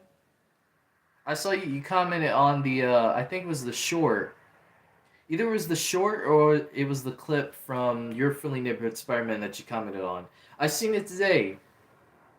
I wonder if Alexander is here. Alexander, where you at, man? He's here. If you don't know Anthony, Alexander, he's a big fan of your channel. And he's been wanting us to collab for a while now. And that's definitely something we're going to try to do. We're going to try to collab. Because I've seen some of your content, man. But yeah, I'm doing good. How are you doing, man? I like Kevin Michael Richardson as the Joker from the 2004 Batman cartoon. Yeah, he was actually thinking about it. He was really good. Man, that'd be great if you do some gaming videos. I definitely watch. Yeah, I like I said, I definitely have a plan. If not gaming videos, definitely gaming streams that I might cut up into videos. And I might do something a little cool with that. I do have some ideas. My goal, this is a big goal, but my goal is to try to at some point maybe reach like Kai Cenat levels. I know that sounds crazy, like Kai Cenat levels, but I definitely do want to reach that at some point. Like I think looking at Kai Cenat and his success, and he's everywhere. He's on TV. He was at Raw last night. Shout out to Kai Cenat and stuff. So if I can somehow in the future get to a point where I'm at that level, I think I would just be. I just think at that point I'd have so much that I would want to do that I wouldn't have the time to just not do anything because I would have so many different ideas of things that I would plan to do and things that I have planned to do. So yeah, I would love to do gaming stuff in the future. I'm so ready for Spider-Man. I'm doing a review of Spider-Man tomorrow. I got tickets for Captain America: Brave New World. That promo with CM Punk and Cody was awesome. Man, let me tell you, we're gonna get into that. So I'm gonna get into your other stuff. That's awesome. I'll check out your review for Your Friendly Neighborhood Spider-Man tomorrow. Also, that's dope. You got tickets for Captain America: Brave New World. I hope it's a great movie. I really do. I want it to be a good movie because I feel like Sam deserves to be seen as Captain America. I feel like it's his time. And also, going back to CM Punk and Cody, that promo was so good last night. So good. You can tell that Cody is going to go heel at some point. And I think CM Punk is going to be that breaking edge for him to go heel. Because Cody's whole story has been about finishing his story, but also losing friends in the process of him finishing his story. So if CM Punk beats Cody at WrestleMania, or if he doesn't beat Punk at WrestleMania, maybe they want to make that a SummerSlam event, right? Because SummerSlam is 2 nights now, I believe. I believe SummerSlam is 2 nights starting this year. So if they want to really extend that story, they can. But I definitely see Homelander, because people say Homelander Cody. And I'm sure you guys, if you're wrestling fans, you've seen the edits of Homelander Cody. So people have been saying Homelander heel Cody. So I think it's going to happen. Probably at WrestleMania, for sure. But that was a great promo. Just the back and forth between those two. The intensity. I love seeing stuff like that.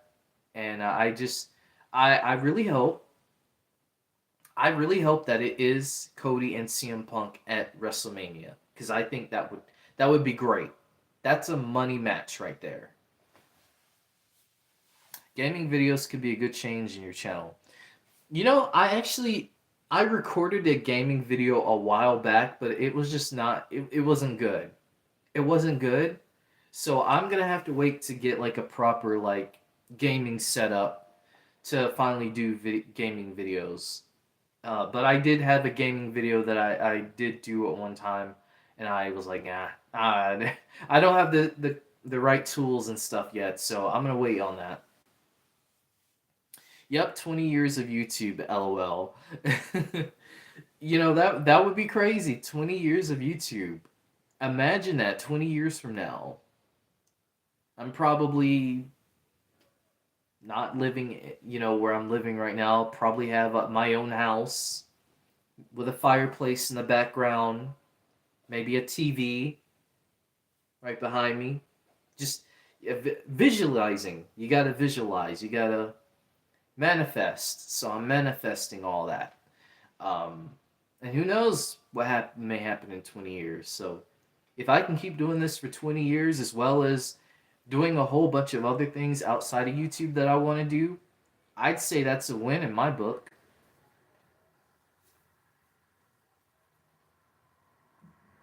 But yeah, I did have plans for gaming at one time, but I scrapped them because my setup wasn't right. I want to be able to give you guys the best quality I know possible, so I just felt like it wasn't up to satisfactory standards, so just didn't do it.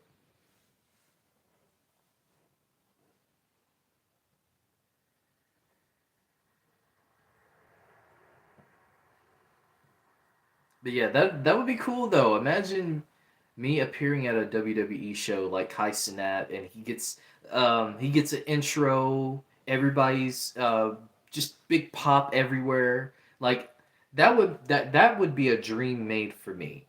Just being able to walk out there, have my own intro in WWE, like I'm an actual WWE superstar on the main roster. That would be so dope.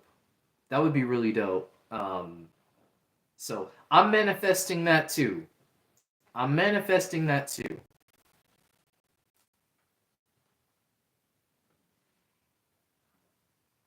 What if season three's first episode has blueprint for a World War Hulk movie? Thoughts? Um, I mean, I definitely could see it. I do definitely think we are gonna get World War Hulk at some point. I don't think it's gonna be during the multiverse saga. but I definitely see it in the next saga, whether it's the mutant saga or supernatural saga, whatever they decide to call it. I think personally it should be called the supernatural saga, because then you're not the mutant saga. To me, seems like you're just gonna focus just mainly on mutants and nothing else. But if we're still gonna get Spider-Man, Doctor Strange, Midnight Suns, Black Panther, all these other, characters and stuff, I don't think they need to call it the Mutant Saga. They need to call it the Supernatural Saga, and then kind of lead into the supernatural side of things. That's personally what I would do if I was Marvel. That's what I would name the next saga, but I'm not sure if they're gonna do that. Arthur, what's up, man? How you doing? Welcome to the stream. What's up, man? I hope you're doing good. Hey, Alexander, you missed him. I don't know if Anthony's still here or not, but Anthony was just in the chat earlier. You missed him. Anthony, if you're still here, Alexander's here. He's like a big fan of yours.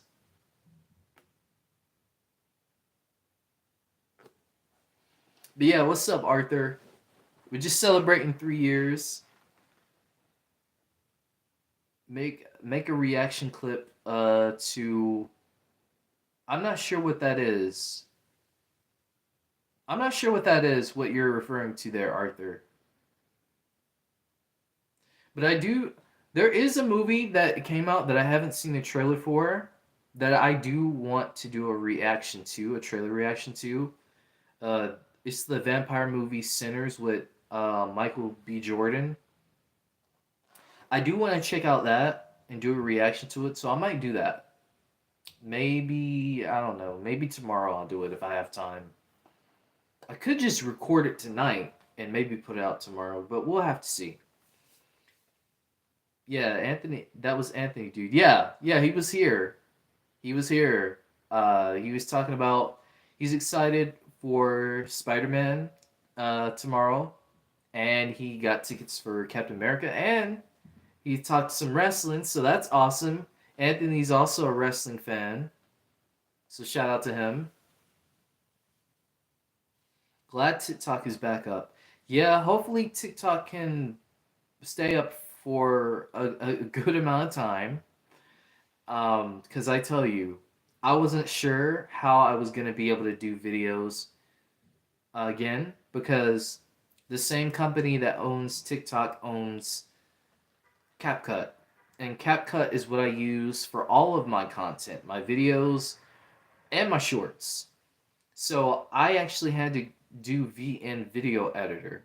And VN Video Editor took me a good while to kind of get used to. And so, um, I'm kind of glad CapCut is back. I hope CapCut and TikTok can stay here. But I'd say there's like 1,000 other issues going on right now that, TikTok and CapCut are just the least of the problems right now. It's a clip on YouTube by a Russian musician named DK. I'll check him out. I did say I did want to get into music on this channel. So I might try to get into some music if you guys want to see some music content. I would be down to do that. I actually thought about doing a video of my top 10 albums of 2024. Either a video or a short, but I didn't know because I wasn't sure if I could, if you guys, obviously you guys like music, but I wasn't sure as far as how far into the music space I could go. So if you guys want to see music content, I'd be down. What do you think about Trump? Well, I don't really like talking about political stuff over here, so I'm really not gonna comment. But all I'm going to say is, you know, we have to figure out how to make things better. Not just for a country, but for the world, because we're seeing a lot of things going on that shouldn't be happening, and I feel like there's a lot of things when you have to really be careful about who you put in charge. And all I'm gonna say is, it's just up to us to little by little to just make the world better. And so, I see it as we got to make the world better. We can't depend on, people in a seat to do it. We have to do it ourselves. So yeah, that's my stance on it. I don't really, like you said, talk about politics, but yeah, I hope that answers your question.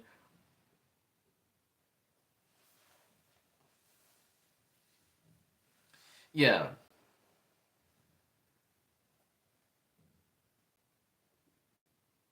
but I get it. You were just asking a question, so it's not that big of a deal.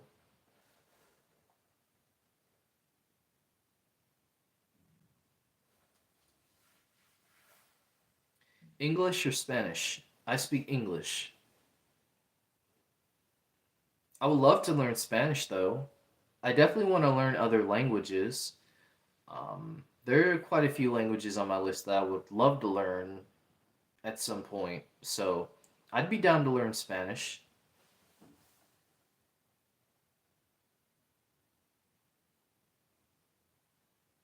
But yeah, English. Yeah.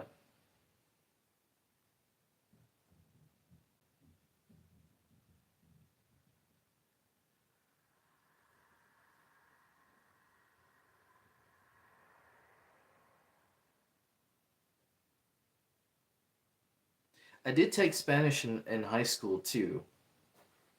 Because, my high school, we didn't have all the different languages like, French and Portuguese and we had Spanish. So you had to at least be in Spanish to pass in school, which I think that probably might be the curriculum for every school. It just depends. But yeah.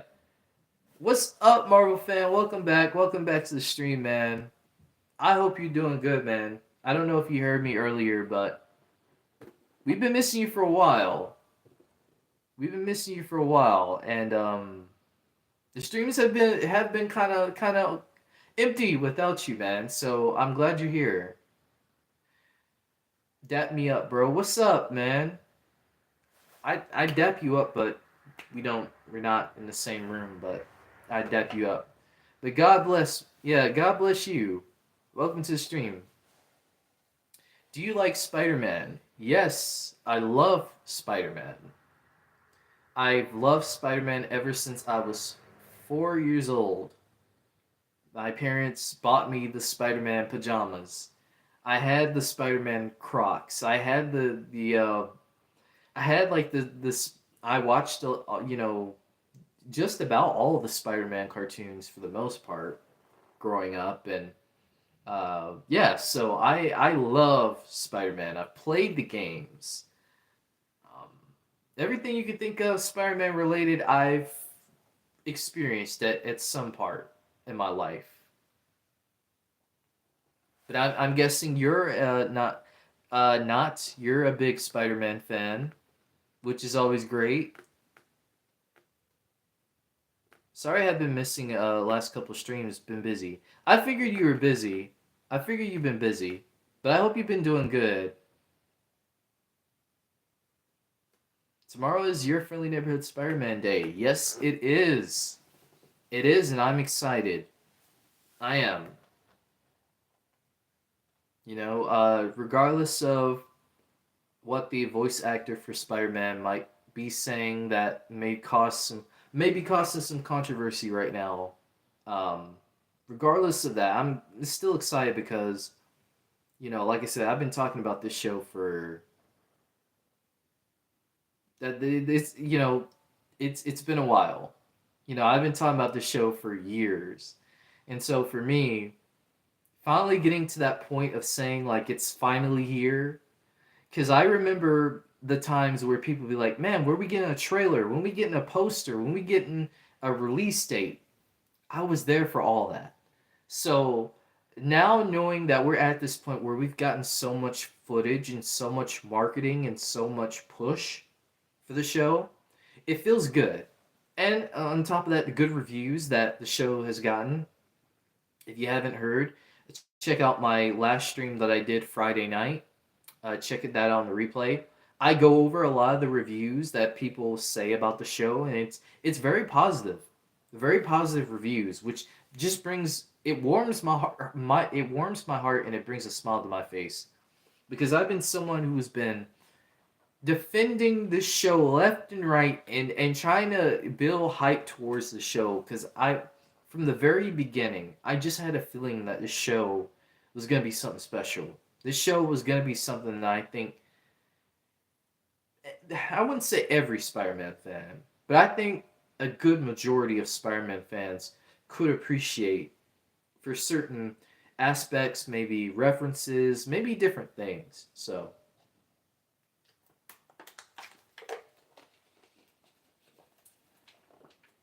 yeah, yeah, good reviews, Marvel fans. So I think it's definitely a must watch. What do you think? Episode? Oh, you asking Marvel fan?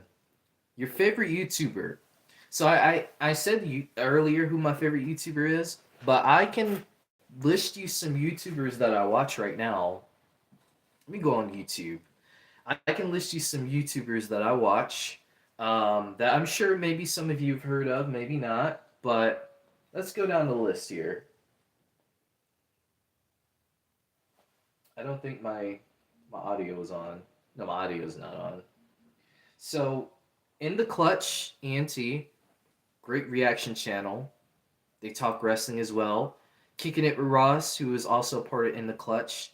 Dub and Ross. Dub also has a channel as well. So In the Clutch is one. IBX Toy Cat, because I watch Minecraft YouTubers, and I've been watching IBX Toy Cat for years, along with Stampy, Echo Soldier, Waddles as well. So I do watch some Minecraft YouTubers because I do play Minecraft. So I'm always interested about the next updates and stuff, and so I'm always learning about that. Let's see, the Mexican Runner. I actually watch him. So he does a lot of speed runs on his channel for different games. He's done speed runs for Cuphead. He's done speed runs for a lot of retro games. So I watch him as well. So I get into that content as well. So gaming speed runs, I do watch those. Also, Koi Fish Gaming, who again, Koi Fish Gaming is another great gaming content creator who does retro games and just talks a lot about retro games in general. So he's another guy that I watch. So he's another favorite. My buddy Carson, he does YouTube. He does some really good content over there. I watch him as well. So shout out to him. There's Lightweight Gaming. You might have heard of her. I've started watching her last year and I really like her gameplay. Very chill, very sweet person. You know, just off of her videos. So her, uh, Miranda Lorian. I think Miranda Lorian is she's funny, and I like her personality. So she's another YouTuber that I watch.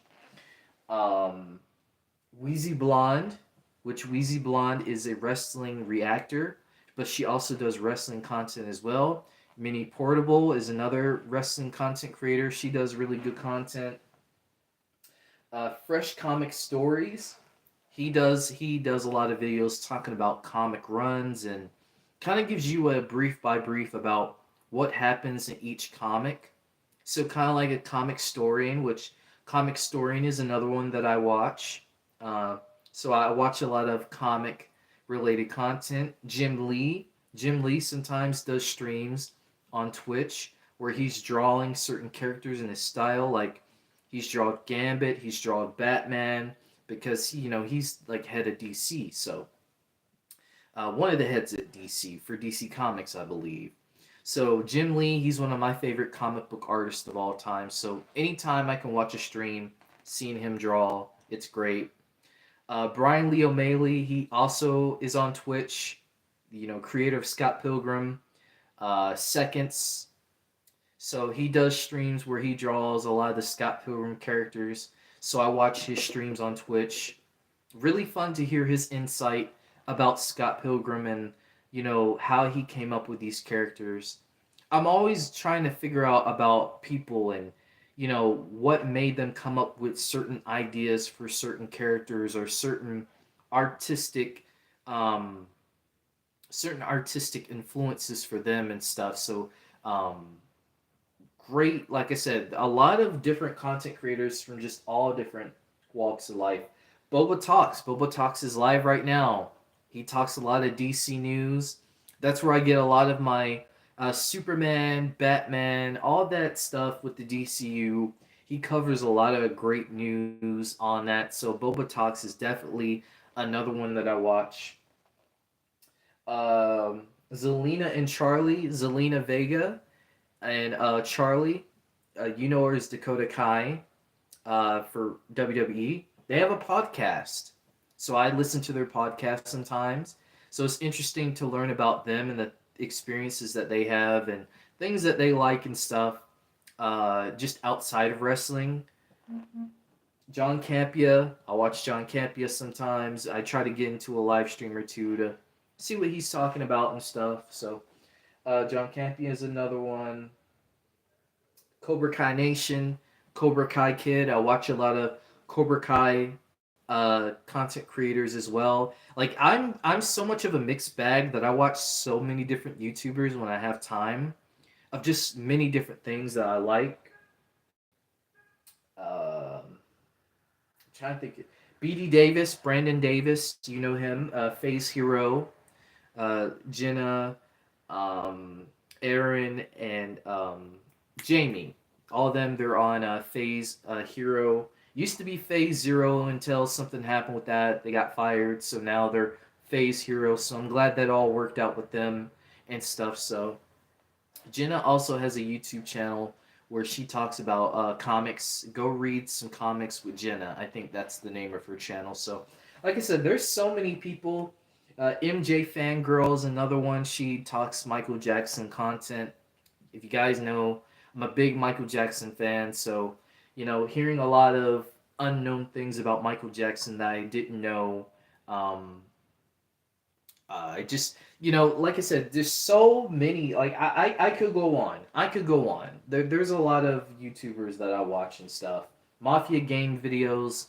They do a lot of Mafia updates on the Mafia games. We got Mafia the Old Country coming out this year, which I'm really looking forward to, because Mafia Definitive Edition, the remake that they did, that game was just so beautifully made, and I love the story of that game. So I'm definitely looking forward to Mafia the Old Country. Um, so yeah, gaming, wrestling, music, all that, I got you covered. If you would need YouTube, recommendations of people to watch, I got you covered. So yeah,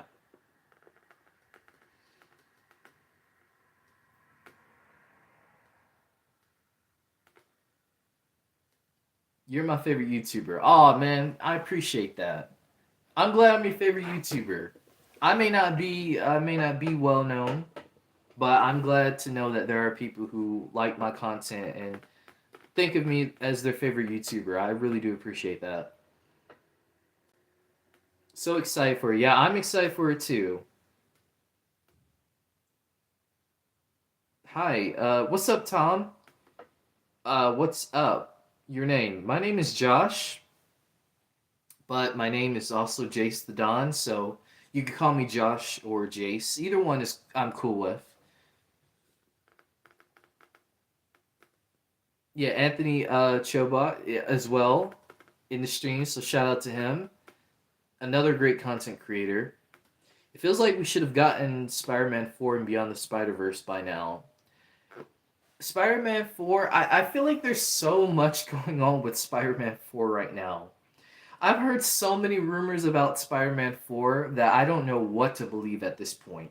They've said the movie was going to be a grounded movie about 20 times already, which I'm not trying to make jokes. But I'm just saying, if this movie is set to be filming this year, they have to have a concrete plan by now. I at least I would hope so. I would hope so. They said that Mephisto and Ghost Rider was gonna be in Spider-Man 4. That was a rumor that was going around. Now they're saying that they are trying to cast a new love interest for Peter in Spider-Man 4, which leads me to believe they might be doing Gwen Stacy, which my casting for Gwen Stacy is Dove Cameron. If you guys remember the show on Disney Channel, Liv and Maddie, she played one of the sisters in that. So I think she'd be good as Gwen Stacy, but I don't know if she would, if Gwen Stacy is gonna be the love interest. Yeah, a lot going on with Spider-Man 4. I don't even know what they're trying to do with that film. Beyond the Spider-Verse to me sounds like there's still a lot of more work to be done. Like I feel like there's some surprises. They're doing some new elements. I feel like there's going to be some new elements and techniques that we haven't seen before, or maybe not in a long time, that I would imagine that they're doing to keep hidden. And that's why it's probably taken us so long to get an announcement for it. But I said it in my videos, I don't think we're getting Beyond the Spider Verse until 2027 at the latest, because I feel like there's just so much they probably want to put in to the movie as far as visual effects and all that, because these movies take a long time. I have the Across the Spider-Verse art book, and there's a long process of things that they do with this film, how they put it together, and even in the final stages, they're still working on the movie. Like they're working on the movie up until the release of it on DVD, which is crazy to think about. Because, with Across the Spider-Verse, there were reports saying that the movie, they were still working on the movie, during the theatrical release. So that should tell you there's like a lot of work that goes into these movies when it comes to the effects and everything. So again, it's a matter of just the process. So it's gonna come out. It's not like how people are making it. We're never gonna see this movie. It's gonna come out. It's just it's gonna take some time, personally. I sure think it's gonna come out Phase 6 or just flat out be canceled. Yeah, yeah. I have a feeling that Spider-Man 4 is gonna happen. I just don't know when. But I don't think it's gonna get I don't think it's gonna get canceled. It might get moved to after Secret Wars, but we'll have to see. But Spider-Man is playing an intricate role in a Secret Wars. He won't be in Doomsday, but he'll be in Secret Wars. So we'll have to see what they do with that.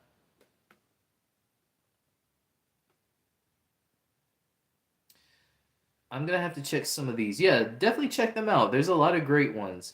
Do you know New Rock Stars? Yeah, I do.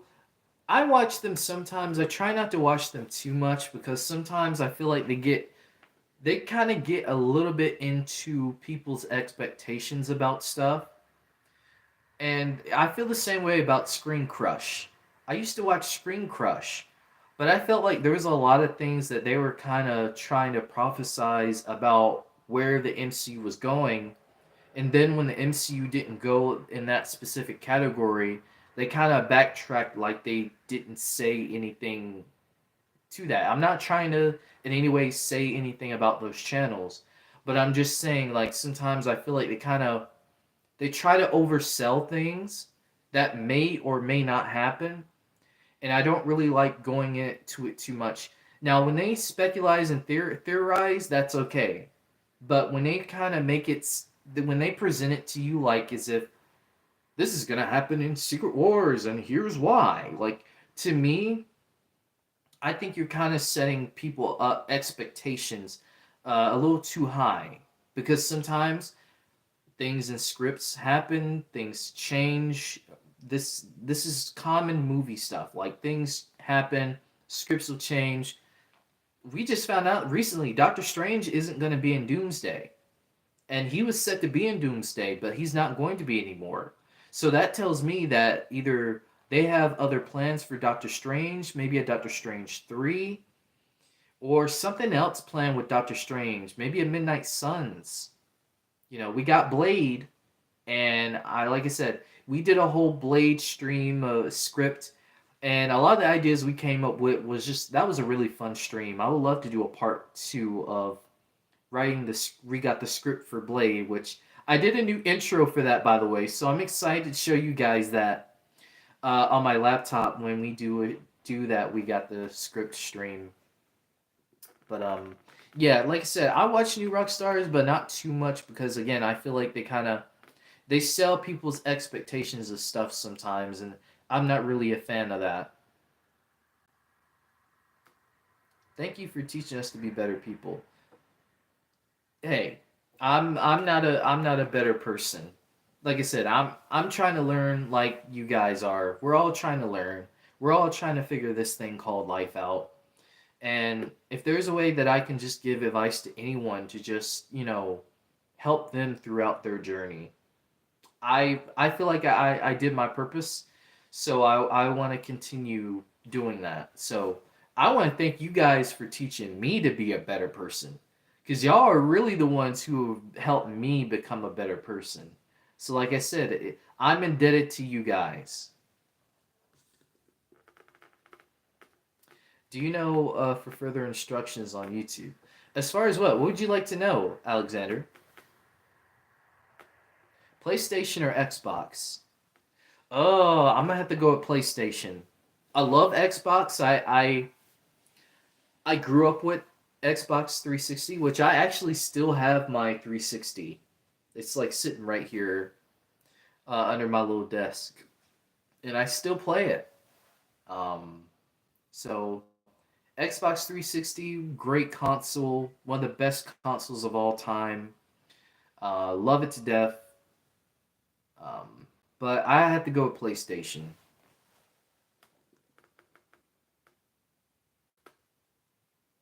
But I like really all of them. I like PlayStation. I like Xbox and Nintendo. So I've never really been that kid that's like, "Ugh, you didn't give me a PlayStation, you gave me an Xbox." Ugh." Like I've never really been one of those. But I get everybody has a preference. But for me, you can give me a potato. You can give me the Potato XL.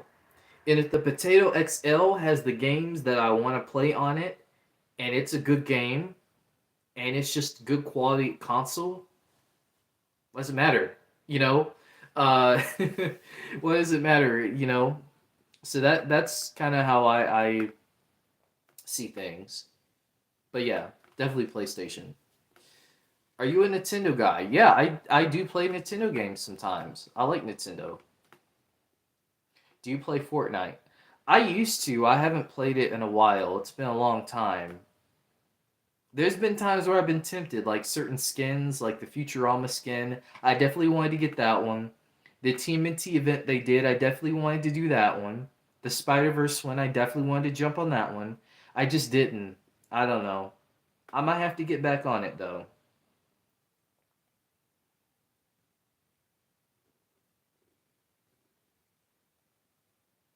No, you're good. You guys are chatting in a conversation. I love to see it. You guys can keep talking about what you're talking about. You guys are having some really good conversations. Stream till 12. Do your first midnight stream. Not today, but I do want to do a 12-hour stream at some point. Not right now, but once I have a better setup and stuff, I would definitely love to do like a 12-hour stream, play some games, maybe watch a few shows on Twitch, different things like that. So, uh, like I said, stay tuned. I have some plans. So, 12-hour stream, that would be dope. I would love to do that. Maybe if I set up a Discord, maybe get you guys on Discord and we can chat and stuff for a good while. Just different things. Can't believe your first live stream was over 8 months ago. It felt like yesterday. I know, it's insane to think about that. Like, I wasn't sure what I was gonna do for my first live stream. I wasn't gonna do a live stream for years, actually, for a while. But something just told me, like, do a live stream. And I've been doing them ever since, and I've been enjoying them.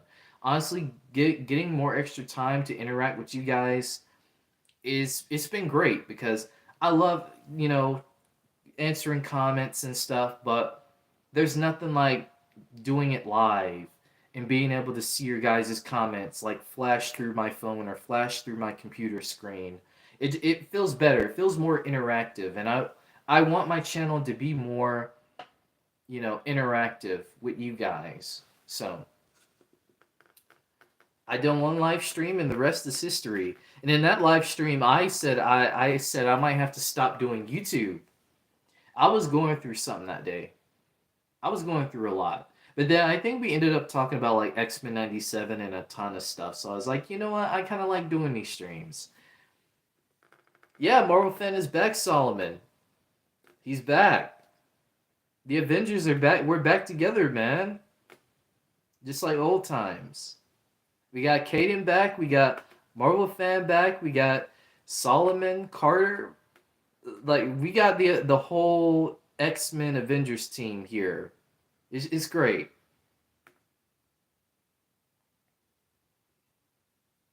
Question: who's your favorite actor or actress from the 50s and 60s? That's a good question. Sidney Poitier. Sidney Poitier is my favorite actor from the 60s.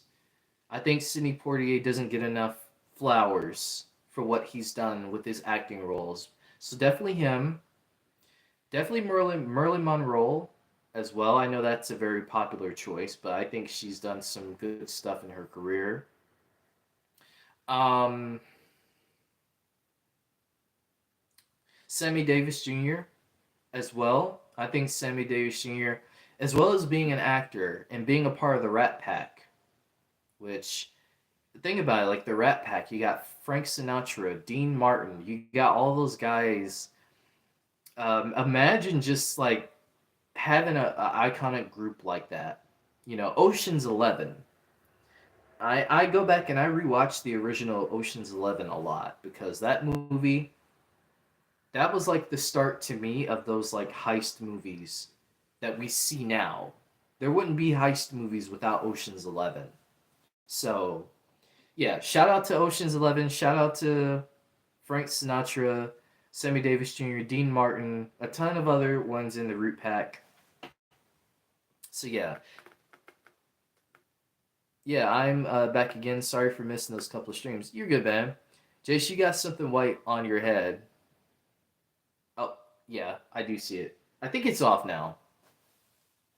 I think it's off.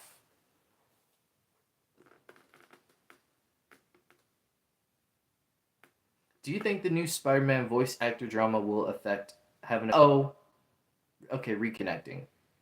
Yeah, you know, I do see it. I could see a lot of people turning against the show because of what he said. Now, for me, I thought ultimately, and I could be wrong. I could be wrong on this. So if I'm wrong, if I'm wrong, I'm wrong. But to me, when I first looked at the quote, I didn't really think too much of it. Like he was saying, like he thought the show was going to be woke and annoying, but then it ended up being good. So to me, I thought with him saying that, I thought he meant that. I thought it was a joke. I thought he was legit joking because that's what people were saying about the show the entire time. Like I've gone through the criticisms. People said the show's going to be woke because they race swapped characters. People said it was going to be annoying because people said that his voice acting was going to be annoying in the show. The animation, people saying animation looks bad and god awful and all this stuff. Like the criticisms that people have had about the show, I ultimately thought he was kind of addressing those in a joking way and maybe in a little bit of a frustrated way as well. But I think a lot of people saw that and took it as, oh, great, he's one of those guys. And I don't really know. Like I said, I can't really judge because and I'll say this: if he is that way, that's very scummy. For him to think that way and feel that way about Spider-Man, as a character that everyone can love. It doesn't matter, what race, what gender, any of that. It doesn't matter, right? Everybody loves Spidey, and so if he does feel that way in his heart, I that's very disappointing. That's very disappointing. But if he was joking about that from the other end, then I see it as okay, maybe he was joking about some frustrations about the criticisms that people had. But I did see people on Twitter earlier, they're turning their back on the show, and so there might be some effect to it. But I think the people who aren't on Twitter because Twitter is very loud. Trust me, I know. Twitter is very loud, so that doesn't mean it's always a majority of people who feel that way. And I think another point that needs to be mentioned is that if the voice actor feels that way, don't protest this show or say not checking out this show because of that one voice actor. There's so many other voice actors, producers, head writers, animators, everybody who has worked on that show. If you don't want to support the voice actor, that's fine. But don't try to do that thing where it's like I'm not going to check out the show because this one voice actor, because there's so many other people who worked on the show and they deserve their work to be presented. They deserve to get props for the work they've done. So for me, that's how I feel about it. I don't really see it as something where, like I said, because of a voice actor said something, a comment that maybe he probably shouldn't have said. Even if it was a joke or not, he probably shouldn't have said that. I'm not going to stop my support of it because of that one voice actor. There's many other people involved with it. So, to answer your point, I see people not want to check it out. It's not like people already had any reason to check it out anyway. Most people were already had their minds set up about the show, and this was probably the ticking time bomb for them to say, "Yeah, I ain't checking the show out now," because of that comment. So that's just the way it is. It doesn't mean you have to not check it out because other people said they're not checking it out. You know, it's up to you. Josh, I had a rumor from some outlets. Sources said mid 2028 release for Beyond the Spider Verse. I hope it does not, but that's what I heard. I hope not either, because I do feel like that is too far away. I feel like it has to be 2027 at least.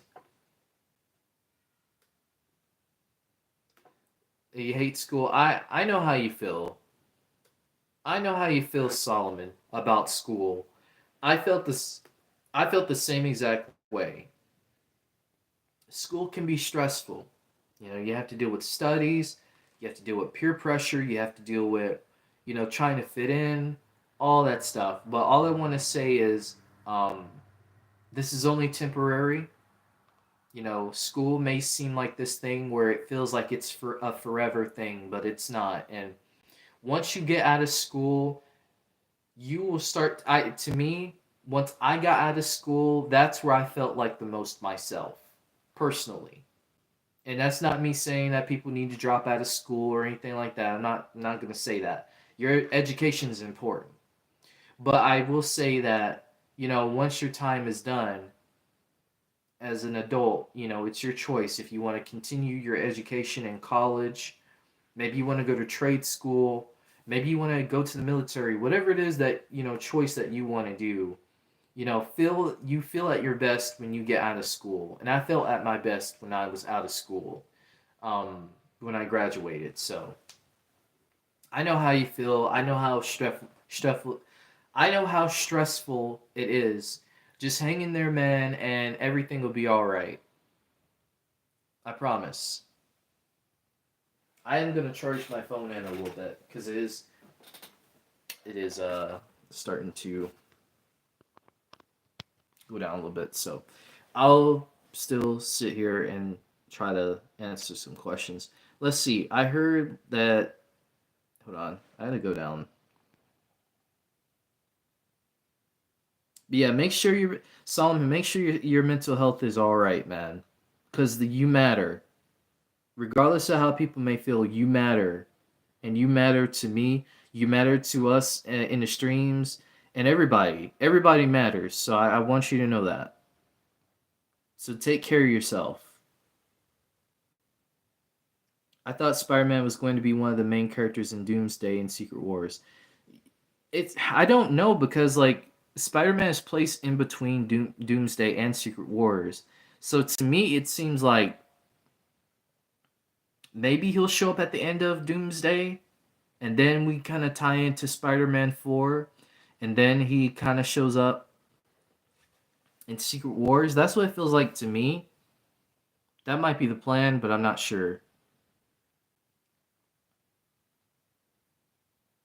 I heard Your Friendly Neighborhood Spider-Man is greenlit for season 3. Yes, it is.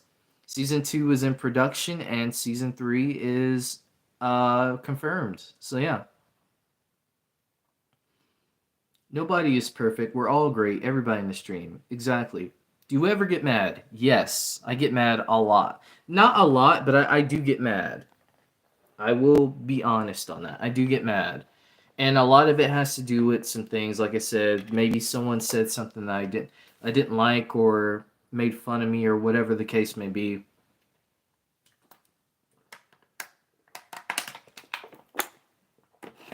And that might be the reason why I'm mad, or could be something else. Like I said, it's all situational. So anger is a natural feeling, but it's all about how you control the anger that you feel. And when you're able to control your anger, you're able to understand that, like, yeah, I'm angry, I'm upset. This is a natural feeling, but I can overcome this feeling. I can turn my anger into something good. So what I do is I try to turn my anger into something positive. And Potato XL, yeah, try to turn into something positive and just go with that. Like I said, I know it's hard. I know it's hard, especially school. It's, but you're gonna make it. Like I said, you're gonna make it. You're gonna look back on those years in high school when things would stress you out about an exam or a test, or that one kid in school who bullied you, who's now, his life or their life isn't as good because of how they treated people in school. You'll look back at those moments and you'll sometimes you'll laugh, but sometimes you'll say, you know what, that happened to me, but I'm glad I am where I am right now because that made me a stronger person. The saying goes true. What doesn't kill you makes you stronger. And you get stronger. You trust the process of life. And like I said, it's all just a part of your journey. School is just a part of your journey. A hard one sometimes, an embarrassing one sometimes, a stressful one sometimes, yes. But you'll get through it. But yeah, Potato XL. I seriously mean that. Like Potato XL. That I would not mind. As long as the game is good and the system is good, that's all that matters. Nintendo is Gucci. Yeah, Nintendo is good. Um, DS is better than the Switch. I had a DS for like 6 years. Yeah, I had a friend who had a DS in school. He would always like play different games and stuff on it. But yeah, I hope that answers your question, Caden, about the voice actor. Will it have a bad effect on the show? I definitely can see, but then I could see a situation because, last year we went through a similar situation with Bo DeMaio, his firing, that sort of thing. And, when X-Men 97 came out, that stuff was still going on.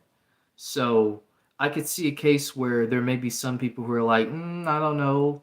But then there could be some people, a majority of the people who watch the show and they talk about, like, man, this show was great. Like, this show was fire. Because X-Men 97 was trending on Twitter every single week. An episode will come out. So I could see a case for that. Like I said, I'm not going to spoil too much because I think nostalgic. I think he said he hasn't watched it yet. But I will say, like I said, X-Men 97 turned out to be a really good show. Really good first season. And I think people are going to go based off of the show. But they're definitely going to keep in mind some of the drama and stuff going on. But I think once they see the show, it might kind of wane off a little bit. It'll be kind of like a slap on the wrist, you know. Don't do that again, or whatever the case may be. Or for some people, they might not forget. Sometimes people just they don't have a forgiving heart. They don't forget stuff, which it's like that. But like I said, just all depends on the individual person. 12-hour stream. I don't think I can make it for that whole stream. Yeah, a 12-hour stream, that is a long stream. And last year, Uh, the same creators in the Clutch, they did a 12-hour stream, and I stayed up that entire 12 hours. And the reason for that is because they were going to stream, do their live stream reaction to the Elimination Chamber, which was in Australia. And Australia is on a different time zone. So stay up for 12 hours. And by the time Elimination Chamber came on, I fell asleep. So I fell asleep through halfway of Elimination Chamber. So I don't even know what really happened. The last match I remember was, I think, Drew McIntyre and Seth Rollins. I think they had a match, and that was, I think, the last match I remember. Either it was Drew McIntyre and Seth Rollins, or it was Drew McIntyre and someone else. I can't remember, but yeah. Definitely join if you made a Discord. I might do that. If you guys want me to do a Discord, let me know. I don't got a Twitch, though. I will look into it. Yeah, for sure. Like I said, I only go on Twitch to watch certain streamers and stuff anyway, but I don't mind, kind of going further into maybe doing Twitch in the future. Do you have a favorite viewer who views you? I really don't have a favorite viewer. You guys are all my favorites. I don't really have a favorite.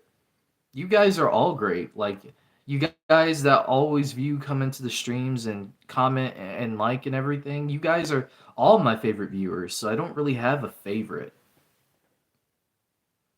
No joke of the day. Before you did the stream, I was legit thinking, what if JaceTheDon did a live stream? Would be awesome. And well, the rest is history. Yeah. Sometimes it's just funny how things work out. I guess it was just meant, right? It was just destined to happen.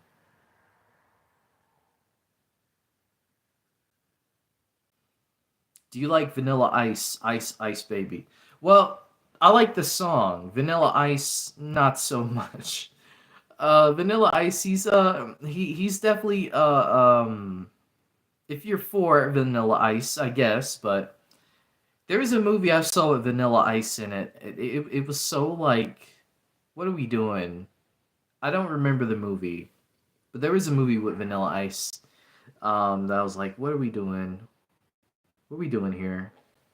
And I know why they gave him a movie, because Vanilla Ice, he was popular at that time, but he's never really been for me. But someone who is for me, who it's his birthday, J. Cole. Which J. Cole is Mr. King of Dreamville, which I guess you could say I'm a part of the Dreamville squad. So shout out to J. Cole, one of my favorite rappers of all time, along with Kendrick Lamar. So I Fayetteville, North Carolina, born and raised rapper. So J. Cole is definitely someone I would love to meet at some point, and just maybe do like a podcast interview, a sit down or something with him, and just ask him about his music process and how he goes about his cadence, in his rap songs and his music, and just the process alone. So J. Cole is definitely someone on the list I would love to have like a sit down with.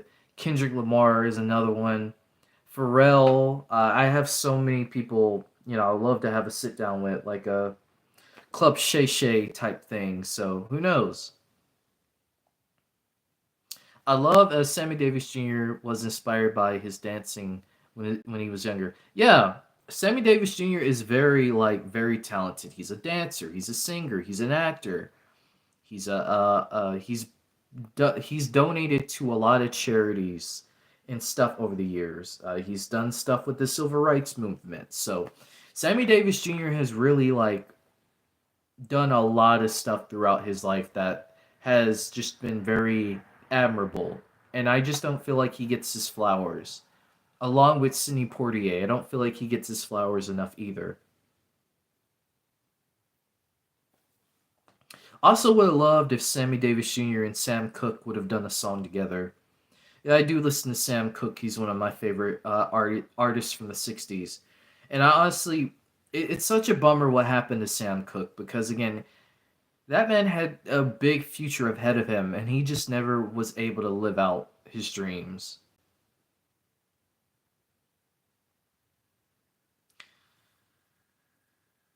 I did not hear about the Spider-Man voice actor drama. Yeah, that just currently came out today. Collider did a report, and that's where it came out, and it's been going crazy online ever since. Would you join? I would join the Discord too. Okay, so maybe that's something I get set up at some point. I love Tim Moore, Scatman, Crothers, Dick Gregory. Dick Gregory was another one, another phenomenal actor as well, and comedian. Very funny man. So shout out to him.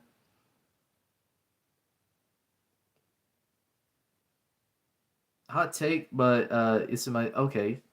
You guys still discussing? Who y'all got in the Super Bowl? I got Kendrick Lamar. That's who I got in the Super Bowl because, well, I got the Eagles. I don't want the Chiefs to win. We don't need another year where the Chiefs win. I need the Eagles to take the W this time. I was rooting for the Texans because the Green Bay Packers definitely weren't going to go. I was rooting for the Lions. That didn't happen. So I said, you know what? I'm going for the Eagles. Fly, Eagles, fly. But yeah, I'm rooting for Kendrick Lamar. That's who I got in the Super Bowl. But theoretically, the Eagles. I hope they take it. But I don't know. I don't know.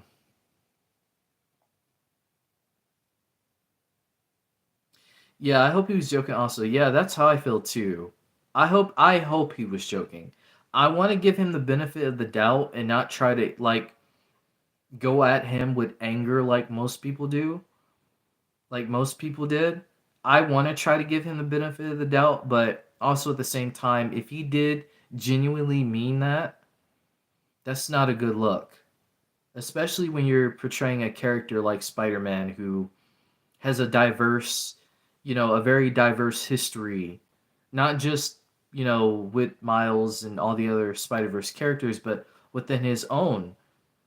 Peter Parker has had conversations with the Prowler. He's had conversations with, um, he worked with, many different people. And he didn't see any color. He didn't see color. So, hey Jace, have you ever seen a David Lynch film? Yes, I have. I did see a David Lynch film, and rest in peace to him. That's such a bummer that he passed away. Because David Lynch, to me, he's one of the most underrated. I'd say, you know, as far as films, I feel he's very underrated. But seeing all of the amount of love that people were sharing for David Lynch was a very nice thing. So yeah,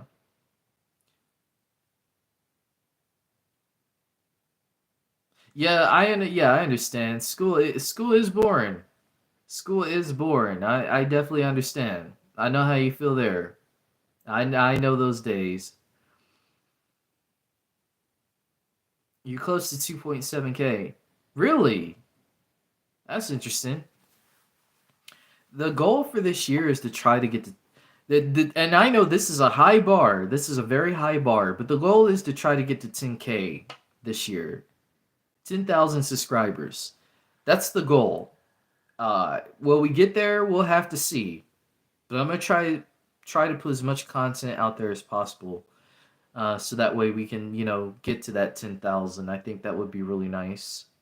I'm not trying to look into it for the numbers, but it's just nice to just have a goal, I guess. I miss public school. I'm already out of high school. Yeah, I will admit there are certain moments where I do think about like, man, like there are certain classmates I kind of miss. I kind of wish I could see them. And I mean, I could still see them, but I know they're busy with stuff. Yo, I do not like school at all. We all know how important it is. Yeah, yeah, understandable, understandable. Like I said, I was like that age too where I was like, oh, school, because again, I get it. So that's it. It's all just a part of the journey. It's not a forever thing.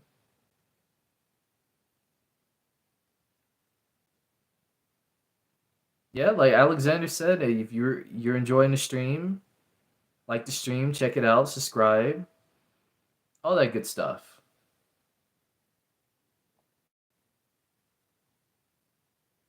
But yeah, Solomon, yeah, you matter. Everybody in the stream matters.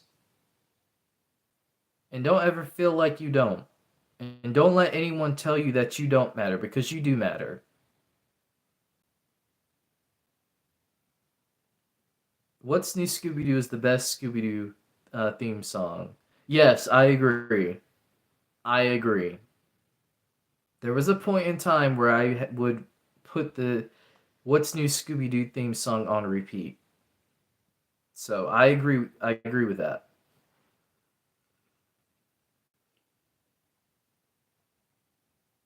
Josh is everybody's mentor. I try. Like I said, I definitely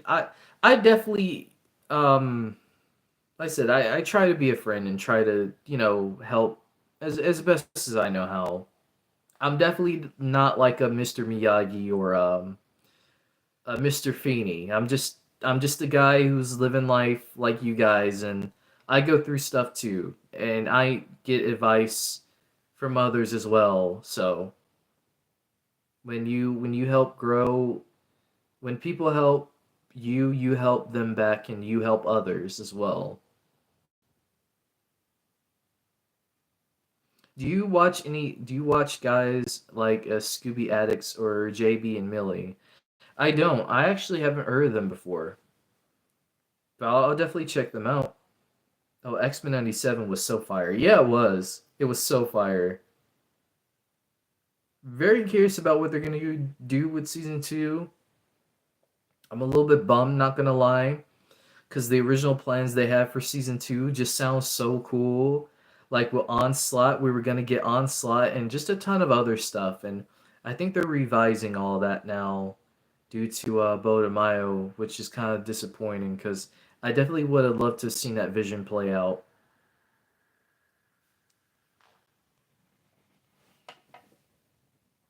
But always remember that the legends before us were hated on too. Exactly.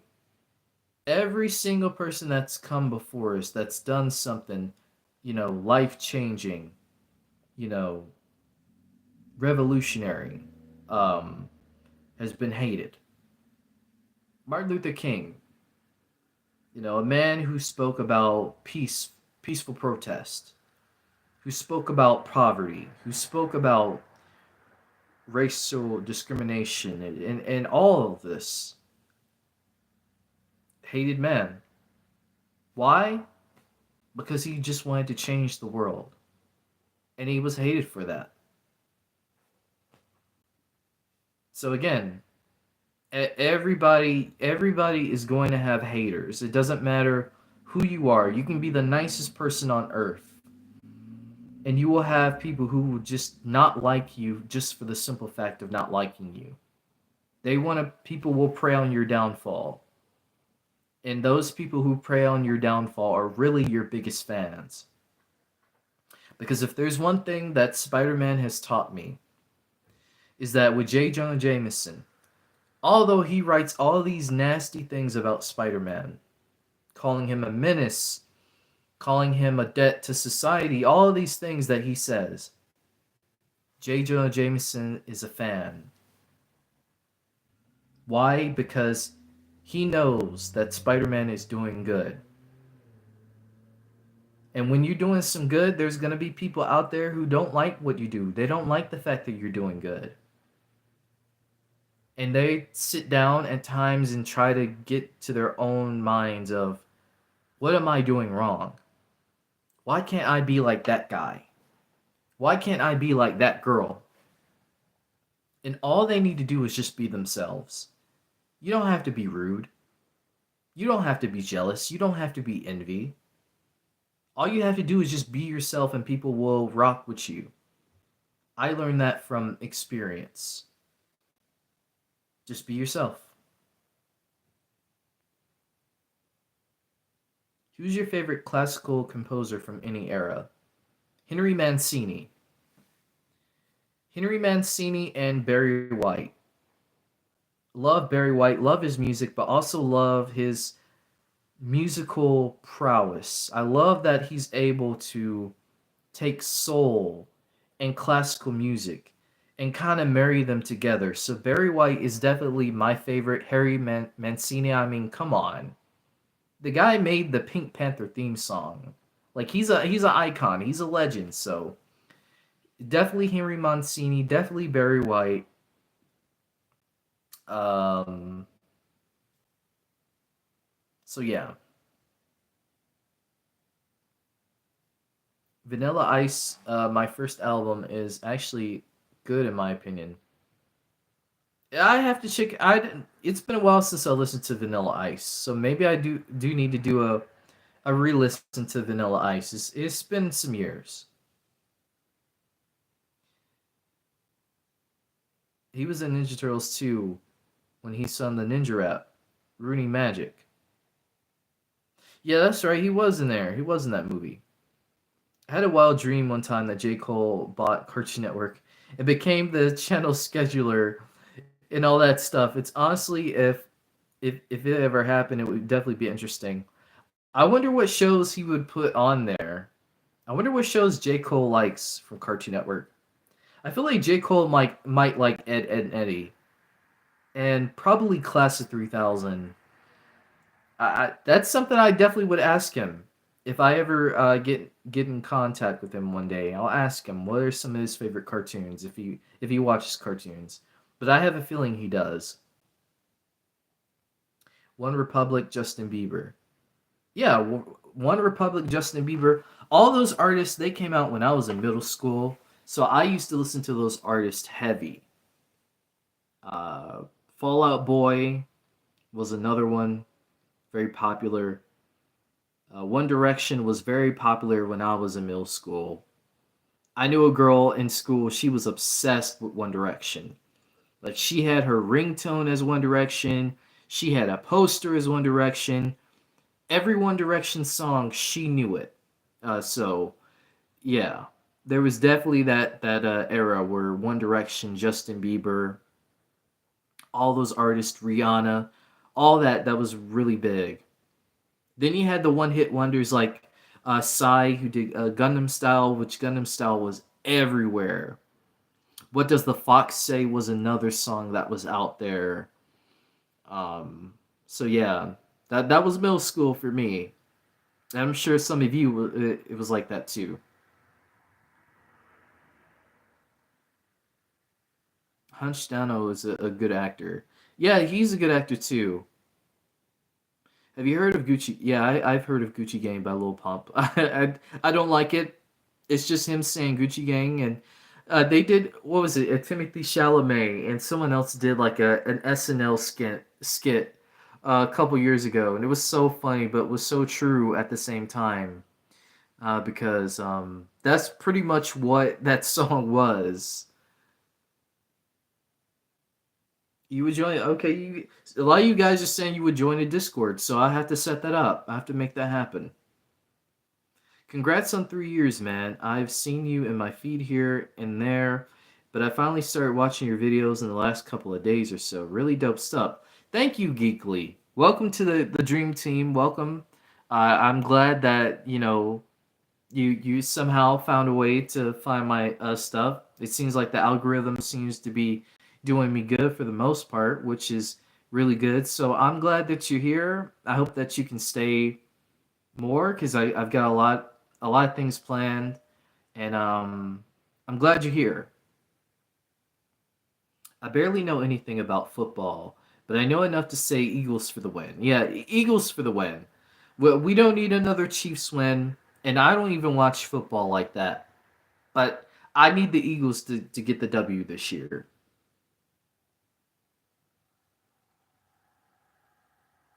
What did he say? I don't know about the drama you're talking about. Well, Hudson Tames, he said that at first he thought the show was going to be woke and annoying. And something about his kids. It was something about his kids. I don't know. I don't remember too much else about that. But because he said the woke and annoying part, that set a lot of people on fire. Which I still feel like that's a joke. But again, if he wasn't joking about that and he genuinely feels that way, that's very disappointing. Like I said, especially when you're portraying a character like Spider-Man. And I've seen people are very quick saying, "Oh, get Josh Keaton recast. Get Yuri Lowenthal recast." It's like, wow, like y'all are so quick.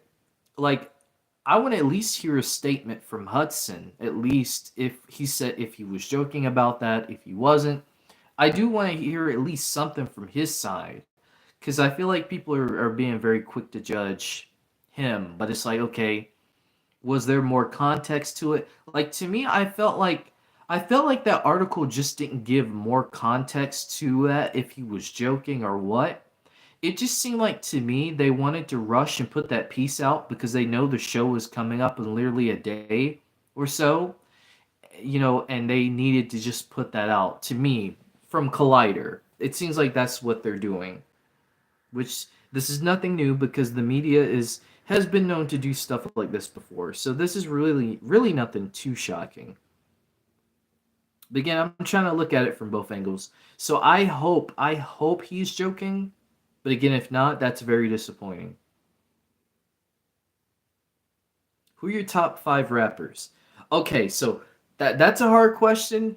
It all depends upon what era are we talking. Are we talking all eras? Because that's something I have to sit down and really break down. But my I give you my number one. Tupac is number one. Tupac is number one always. Then you have, I'd say, Andre 3000, Pharrell, Ice Cube, and Rakim. So I'm gonna say it again: Tupac, Ice Cube, Pharrell, Andre 3000, Rakim. Yeah, I think you'll kind of notice. I think you'll kind of notice that. But if we're talking like current era of rap, Kendrick, J. Cole, um, JD, I mean JID, trying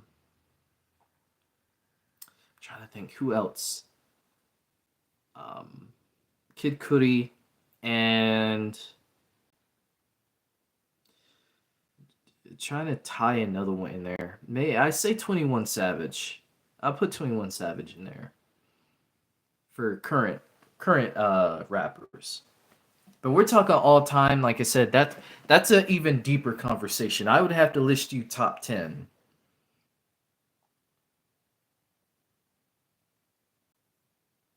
Who is David Lynch? David Lynch, he was an actor and filmmaker who was known to do a lot of projects. Twin Peaks, I believe Twin Peaks was a show he was in. Correct me if I'm wrong, because I know there's an episode with him and David Bowie. Shout out to David Bowie, another great rock star that's sadly missed.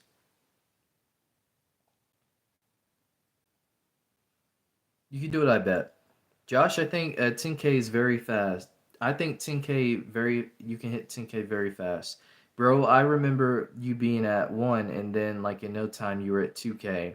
You're going to reach 10K, very confident in that. Yeah, for sure. It'll happen. It'll happen for sure. We'll get there. Hey, welcome back, Alexander.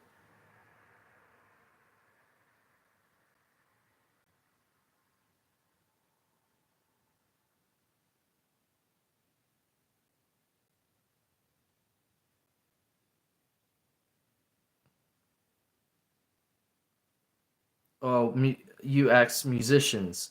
Musicians, I think I can name quite a few. Michael Jackson, Prince, Whitney Houston, Stevie Wonder, Van Halen, Hall and Oates, um, George Michael, David Bowie, Kevin Ross, Sir, Lucky Day, Leon Thomas.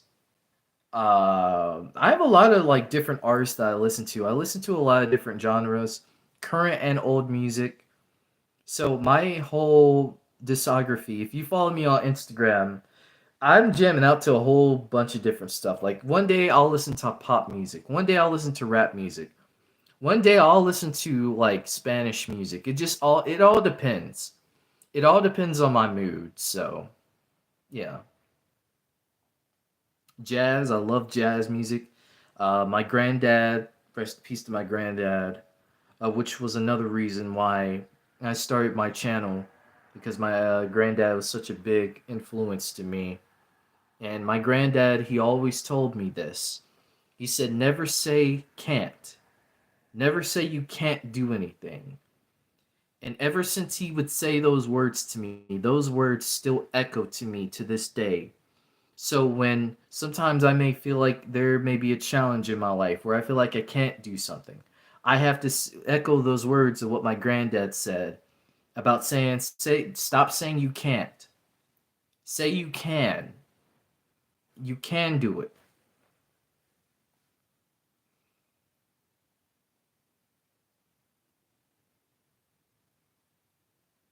You're a wise person, Jace. Don't let anyone tell you that you're not. I'm just a guy who, again, he's just chilling. I'm chilling, and I just want to see everybody be their best selves.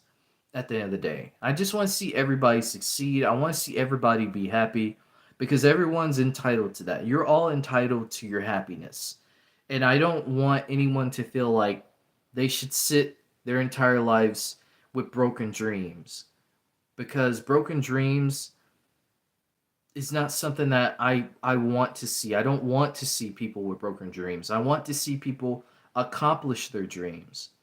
And it doesn't have to be right now. It can be 2 years from now, 10 years from now. Whenever you feel ready, go for it. There are people 100 years old going back to college getting their degrees. So if they can do it, you can do it. Anything is possible.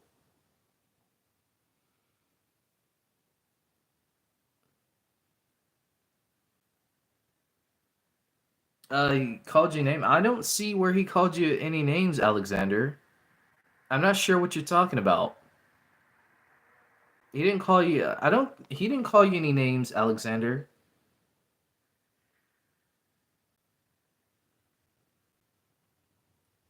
I don't see him being rude. I don't see him being rude, Alexander.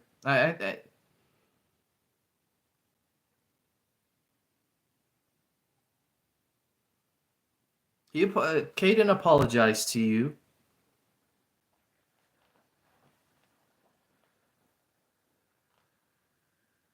There's no need to go back and forth with each other. Caden apologized. He's sorry. I hope like I said, I hope you guys can resolve that. But there's no need to go back and forth with each other. I love how Spider-Man is so relatable to a lot of people, especially high school kids. Yeah, for sure. Like Peter Parker was built off of the history and the knowledge of being a teenager. Spider-Man could have legit been a 20-year-old, 30-year-old man with a job as a janitor. He could have been. But no, they made him a teenager in high school. One of the most stressful times of your life. So the fact that Stan Lee and Steve Ditko had that idea to have a teenager who isn't a sidekick, who isn't just an adversary character, but someone who is legit his own hero, magic. And to this day, Spider-Man is one of the most, if not the most popular, most iconic superheroes of all time. Children this small know who Spider-Man is at a small age.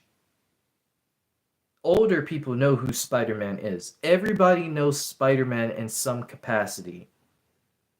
Rather you grew up reading the comics, rather you watch the 70s TV show, rather you watch the Spider-Man the animated series or any of the other Spider-Man cartoons.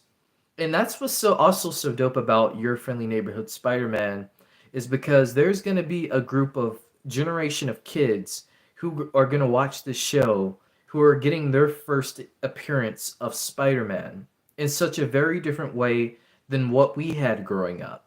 So to me that also brings another cool and dope element about Spider-Man being this character that's last the tell of time because you can keep doing Spider-Man whether he's in high school or he's a grown man or he's in college or he's an older elder Spider-Man, which I would love to see an a senior citizen Peter Parker still being Spider-Man. I think that would be a really interesting story. And I hope we do see that at some point in the future. And if they do, I think casting Tobey Maguire as an old man Spider-Man, I think that would be cool. I think that would be really cool. Kind of like how they did with Logan. Be back in a quick minute. All right, Marvel fan. But yeah, Caden apologized. If he did say anything, he's sorry. Caden, he's a good guy. Caden's a really good guy. He doesn't bother anybody, and if he says anything out of the way, he doesn't mean it. So, again, I know he didn't say anything. I looking at the chat, he didn't say anything, Alexander. But yeah, like he's good. You guys are good. Like there's no need to go back and forth.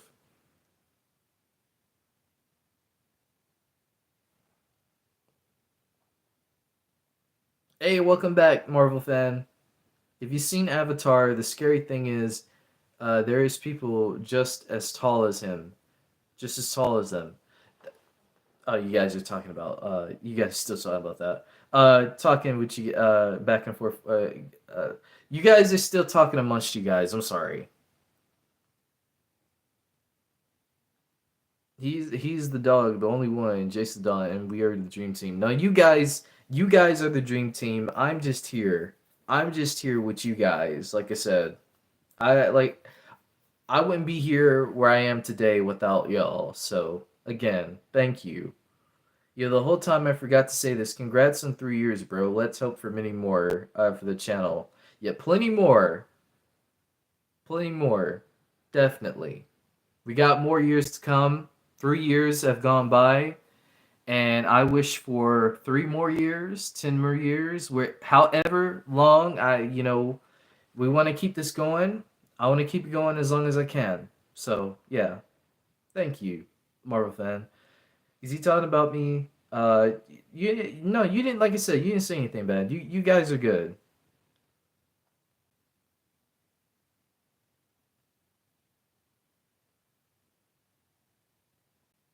You guys are good. Everybody, I'm warning you. Do not join and Cassidy talk. Okay. Okay. Somebody's Discord server, I guess, is gross. So I guess don't join. Whatever Alexander said. There. I love Rakim. Yeah, Rakim is underrated. Like I feel like Rakim does not get his flowers because to me, without Rakim, you don't get a lot of the storytelling. Rappers like a Slick Rick and Andre 3000 and all these rappers. Like if you ask a lot of hip hop artists from that time, you know Rakim is definitely gonna be on their list as an influence. Cool J, like the list goes on and on. So what Rakim was able to do lyrically, on the microphone is something that I feel like should definitely be acknowledged more. You don't like Eminem? Of course I like Eminem. Of course I like Eminem. Eminem, again, another great lyricist of his time. So many entendres, double entendres, triple entendres. The entendres just raining. So yes, I do like Eminem. I had a friend in school. Shout out to him. We would listen to Eminem a lot in school, and just kind of break down the lyrics of what Eminem was saying. Like we you know how some other which that's also another point. I watch a lot of reactors who react to rap music like Crypt and No Life Shack and Screwface, and they break down the lyrics. Me and him, we used to break down the lyrics and stuff in class about what Eminem was saying and things like that. So it was always fun to do things like that. I miss doing that. I hope he's all right. I hope he's doing good. But it would be cool to maybe do something like that, like a barology breakdown or something. You like Boss Man D-Lo? I don't really listen to his music that much. Hey, welcome to the stream, Ray. I hope you're doing good. Okay, and again, I will be back in a minute. All right.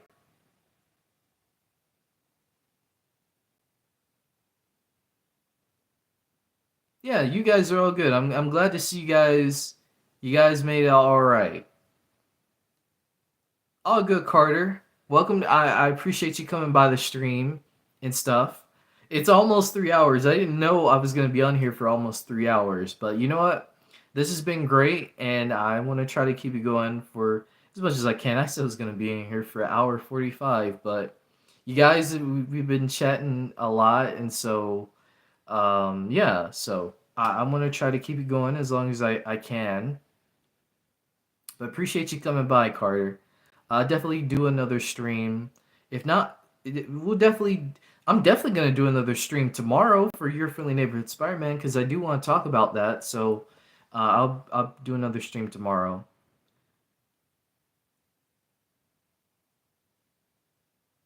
Yeah, Spider-Man. He's like yeah, it depends on the version of Spider-Man too. But I think in your friendly neighborhood Spider-Man, he is 15. I believe I did see that correctly.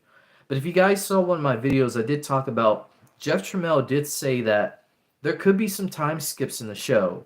So technically, they could go all the way up to college and further if they want to.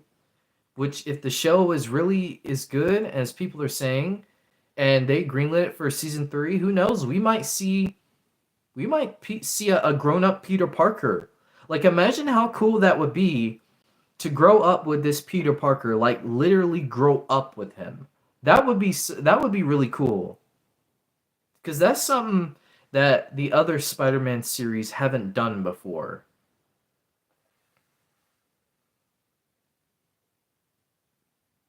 Jace, love the jacket. Yeah, shout out to Adidas. I'm not sponsored by Adidas, but if Adidas wants to sponsor me in the future, maybe we can do a Adidas JaceTheDon collab or Dream Team collab. I think that would be dope. Adidas and Dream Team. How would you guys feel about that? Would you guys buy something like that? I think that would be cool to do in the future.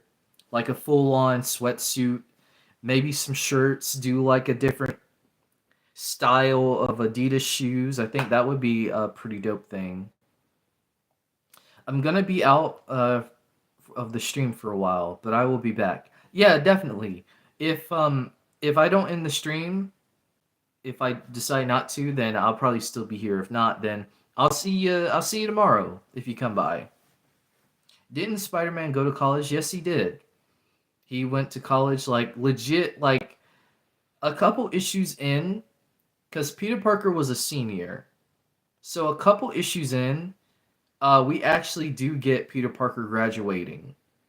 And then after that, that's when he goes to college and he meets Gwen. He meets obviously Flash Thompson is there, but Flash Thompson he already knew from their run-ins in high school. But then you get Harry Osborn. He comes in, right? So you get that whole dynamic. So who knows? Maybe if they keep the show going, we might get an introduction to Gwen. We might get an introduction to Mary Jane.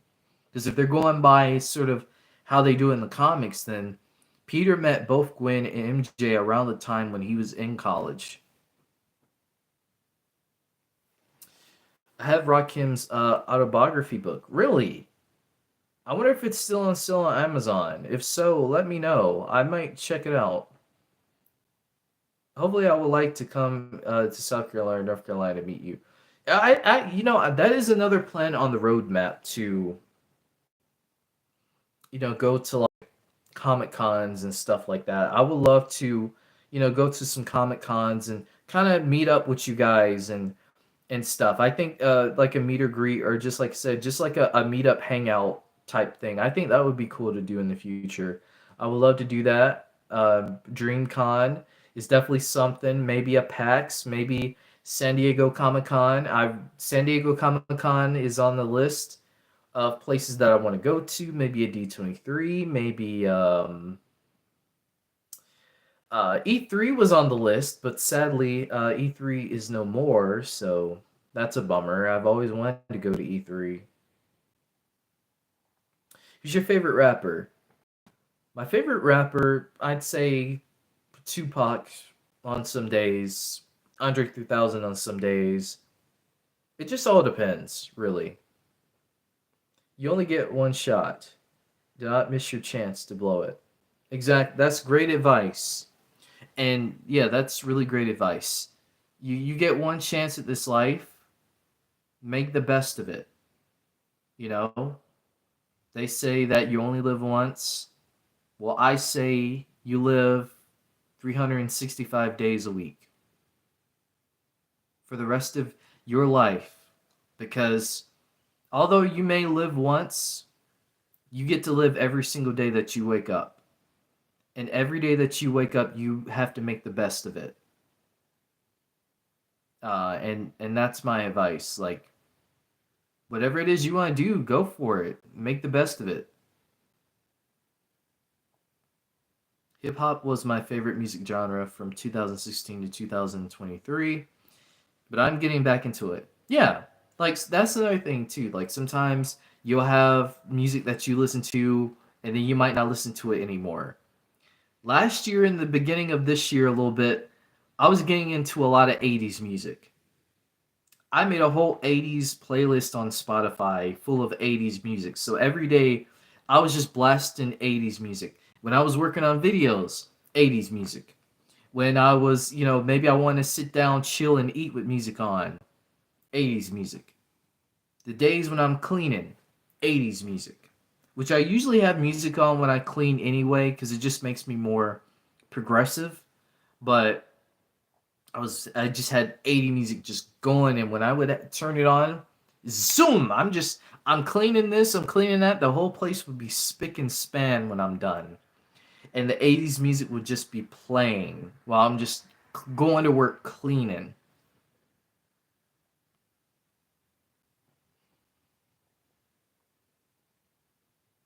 What's your last name? I won't discredit that right now, but I think my last name is definitely going to be one where you're like, oh, okay. I don't know if Jace likes to ask those personal questions. Yeah, I mean, they're fine. It's just like I don't like to disclose like all of my personal stuff because, not saying you, Alexander, but there's some people out there who have these motives that are up to no good. And I don't like displaying my information out there, especially very personal information. So yeah. Yo, you ready for the Amazing Spider-Man tomorrow? Might be the wrong time to ask. Yeah, I'm ready. I'm ready. Excited for your friendly neighborhood Spider-Man. Regardless of what's going on right now, I'm still excited. I'm still going to support the show for the creators, the animators, everybody involved with the show. I'm still going to support it. And like I said, even with the voice actor, context of the situation, I still need more context.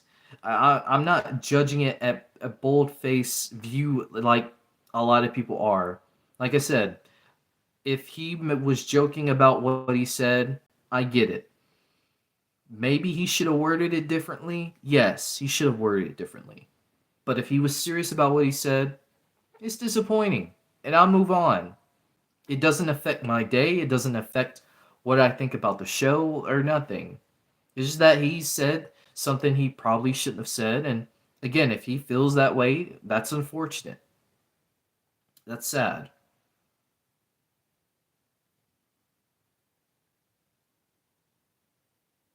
Let's see. I have a weird last name. Yeah, like everybody has a last name where it can be weird. It could be like the most common thing. I guess mine is kind of like, oh, okay. Well, I guess that makes sense. So yeah. What's up, Patricia? Uh, I don't want to. So I'm gonna call you Pat. I'm gonna call you Pat. I don't want to butcher your name. So Pat, you said hi. Do you think your friendly neighborhood Spider-Man will be good, and why? Yes, I think your friendly neighborhood Spider-Man is going to be good, and here's why. Your friendly neighborhood Spider-Man is taking the essence of what has been built with Stan Lee, Steve Ditko, and John Romita, the blueprint, the foundation of Spider-Man, and putting it into a new era in the modern age that makes it your hometown hero in such a way that I think you've seen before but also haven't seen before. I think Your Friendly Neighborhood Spider-Man is going to have a lot of references in here that I'm sure Spider-Man fans are going to enjoy, but also some references that I'm sure we haven't seen before that I'm sure that people who don't know will probably go researching for these certain references. I think this Peter Parker is going to be built completely different to things that we've been accustomed to, beforehand. And this Peter Parker is on his own journey where things feel grounded, and he's going to have to figure this out on all on his own. So that's what I think. I do think Your Friendly Neighborhood Spider-Man is going to be good, and that is my reason why. I always got bullied for my last name, Hanshai, Hanshi, and it's pronounced Hanshi. Okay, I could see why.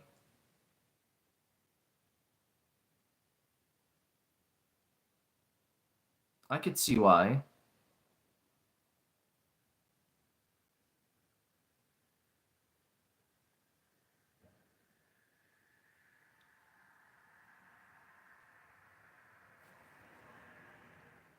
But I'm sorry that you got bullied in school for that. That wasn't cool.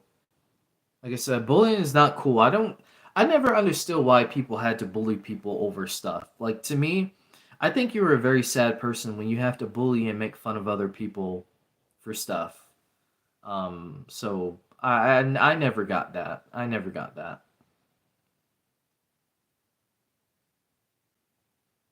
Hey, I'm back, and clearly that was longer than a minute. All good. You're all good, man. I like your channel. Thank you. Well, I'm glad you like the channel. What did I miss? We talked about Your Friendly Neighborhood Spider-Man. Uh, uh, Pat, he was asking me, do I think the show is going to be good and why? Um, Chad, he was asking me if I'm ready for tomorrow, and I told him yeah. We were talking about rappers and stuff. Just a bunch of other different topics. I hit 2.7K. No way. Did I legit just hit it? I'll have to check after the stream. But wow, we officially hit 2.7K on the stream. I say that's a great way to kind of end off the 3 years of YouTube. For real, like wow. Can we get to 3,000? I know that's a high bargain, but can we get to 3,000? Maybe before the stream ends. I think that would be kind of crazy. We're so close to 3,000. I think we can do it. I think it can happen. Who's your favorite Spider-Man? Tom, Toby, or Andrew? Toby. Toby's my favorite, and then Andrew, and then Tom. Like I like There's certain aspects of Tom, like his suit. I do think he does have the most accurate Spider-Man suit as far as influence. When it comes to that iconic design of John Romita Sr., he definitely has the John Romita Sr. suit. So that's why, like, that's kind of one of the reasons I like Tom.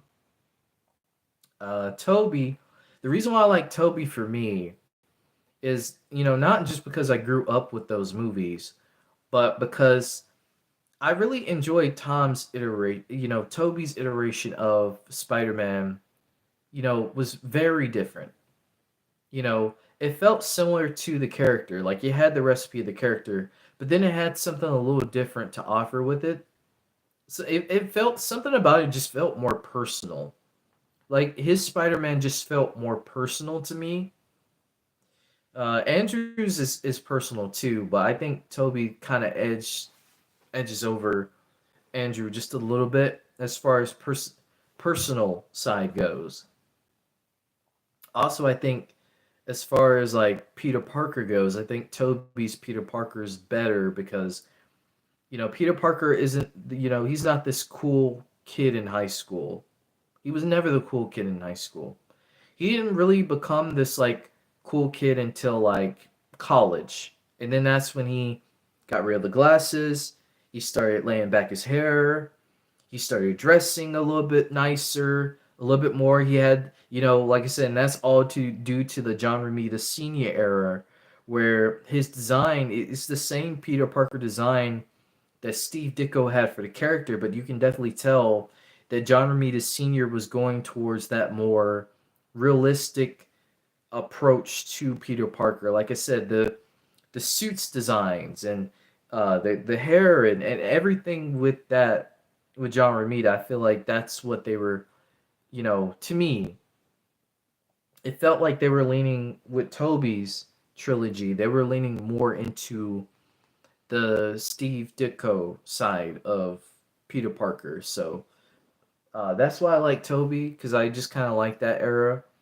But like I said, for Andrew, he's definitely like got that John Romita, Mark Bagley era to his Spider Man.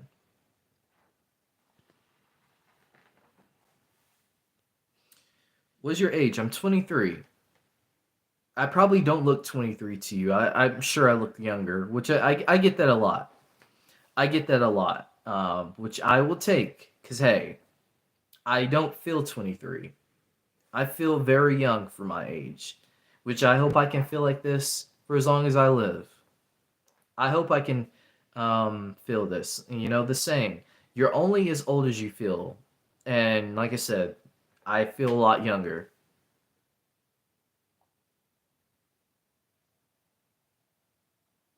I'm turning 18 in March.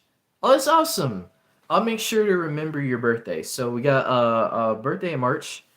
I, that's a great question. When's your birthday? Everybody in here, when's your birthday? Uh, I'm kind of curious. You look early 19, maybe even 17 or 18. Well, thank you. I appreciate that. I'm sure, with the facial hair, I'm sure I'd look a lot older, which is why I don't like facial hair. I don't like all this. I shave all that off. Sometimes I don't, and sometimes you'll see it in my videos where it's like I don't shave because maybe I'm just too lazy and I don't want to shave. But I usually try to shave like every other day because I prefer this look. I don't look good with the beard. The mustache, it works. I like the mustache, but everything else I'm not with. Okay, so your birthday's on August. What day in August? March 6th is your birthday. All right, Kaden, I'm going to remember that. Like I said, I'm going to try to remember your guys' birthdays um, and stuff. Do you think the decision of making Norman and Harry a different racial ethnicity is good? In my honest opinion, for this being an alternate universe, I don't mind it because again, this isn't like MCU canon. This they said that this is kind of like their own universe, though it is kind of like a sister It's kind of like a sister universe of the MCU, but it's not really the sacred timeline of the MCU. So it's sort of its own thing, which I was hoping that this series was its own thing. I even said it in many videos. Um, I even said like in many videos that this isn't MCU canon, which I'm glad they clarified that. 20th of August. Okay, like I said, I'm gonna remember that. But in the MCU, would you make them white? I think so. Like I said, it depends on who's able to do the job right. And like I said, I think there's a lot of talented actors out there that could play Norman Osborn um personally. And they don't have to be a different race. They can be, traditional to the character. It just all depends really. But we'll have to see when they cast Norman Osborn in the MCU. I personally don't think Coleman Domingo is going to be Norma Osborn in the MCU. He's gonna be Norma Osborn in the show, but he's not gonna be Norma Osborn in the MCU. I feel like Coleman Domingo will probably play another character. I could see him as Blue Marvel, Coleman Domingo. If they want to introduce Blue Marvel, I think he would be good for that. So, and Blue Marvel is one of the characters that I said that a couple years ago when I did that video that I feel like they should do. Fan cast X Men. That's a tough question. Like I said, I have to really think about X Men wise. Maybe that's a stream idea we'll do. We'll do fan casting for the X Men. If you guys want to see that, I'd love to do a stream like that because X Men is being talked about right now. I don't know if you guys heard, but there's something going around, a rumor going around about the Russo brothers might be in charge of the X Men films. So yeah, fan cast Spider Man, please. In this day and age, I don't know who would play Spider Man. I don't really know who would really take up Spider Man after Tom. Now, I can give you a fan cast if Marvel was in the 80s. I could definitely give you a fan cast of who would have played Spider Man in the 80s. And that's Michael J. Fox.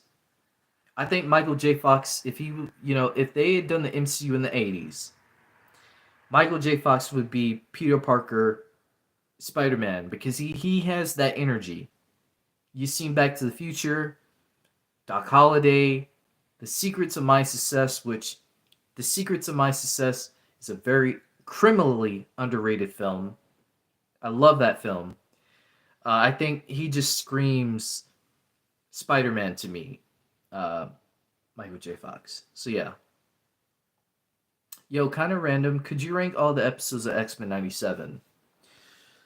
That's actually another. I can't do it right now, but that is a stream idea, Marvel fan. I do want to do a tier list of all the X Men '97 episodes.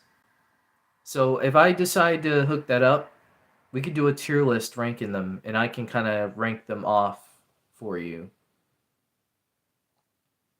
I mean, Spider-Man villains like Harry, Gwen, Aunt May, Ben, Norman, etc. Well, I have a fan casting for Gwen. I don't have really a fan casting for everybody else right now, but I have a fan casting for Gwen. And that fan casting would be Dove Cameron. If you see pictures of Dove Cameron, you'll know why I say that, because to me, she looks like she could be Gwen Stacy. And she was in Liv and Maddie, the Disney Channel show that came on a couple years ago. So that's my fan casting for Gwen. Dove Cameron, I think she would do a really good job. As far as Harry, that's something I have to, like I said, that's something I really have to think about. Um, as far as that, did Marvel just post something else? I think they posted another Your Friendly Neighborhood Spider-Man video. I think they did. Maybe they did. I don't know. I'm sure. Not sure. I would have made her a bit younger, like Maya from Good Luck Charlie. Oh, yeah, yeah, that's right. Yeah, good. She played Charlie, right? I believe she played Charlie.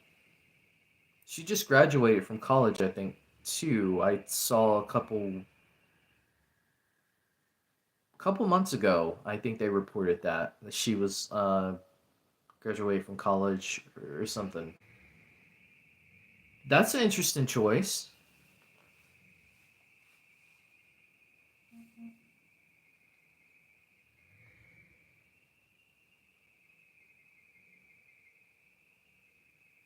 But yeah, Marvel fan. To go back to your question, I still think Episode 5 is my favorite, my all-time favorite, just because of what they did and the shock value that you get in that episode. Also, again, Gambit is one of my favorite X-Men characters, and just what they were able to do with Gambit's storytelling in that. I that episode still, and I've rewatched. I went back and rewatched X-Men '97, and that episode is still, it still gets to me even now. When does Your Friendly Neighborhood Spider-Man, the first episode? Well, you're in luck because tonight we get two episodes. So I guess because shout out to Spider-Man News on Twitter, because I asked about this too, and he told me that the review embargoes for the show are open up at 3 a.m. So it'll probably drop at 3 a.m. on Eastern time, but if you're on the Pacific time, it'll drop at 12 for you. So 12 p.m. Pacific time, 3 a.m. Eastern Standard Time, which I live on Eastern Standard Time, so it's gonna be a long night for me if I stay up. I might try to stay up. It's gonna be a long night.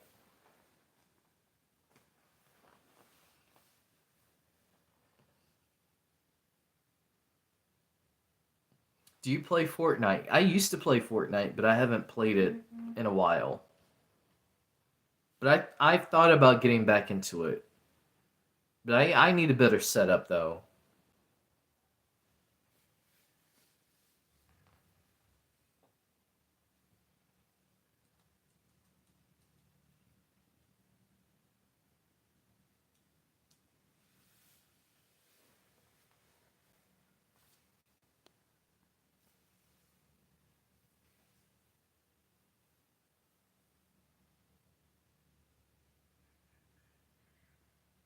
Are you in college? No, I'm not in college. I do not think I will stay up. Yeah, you don't have to. What I might do is I might set my alarm for 3, and I'll try to get up at 3, and I'll try to watch the episodes then. If not, I might just get up when I wake up in the morning. I'll probably just like, after I'm done, showering and all that stuff. I'm probably just gonna just put on episodes. What I might do, I might pour me a bowl of cereal in the morning, some Rice Krispies, add a little sugar, turn on Your Friendly Neighborhood Spider-Man. I might just do that. I might just try to relive those Saturday morning cartoons again.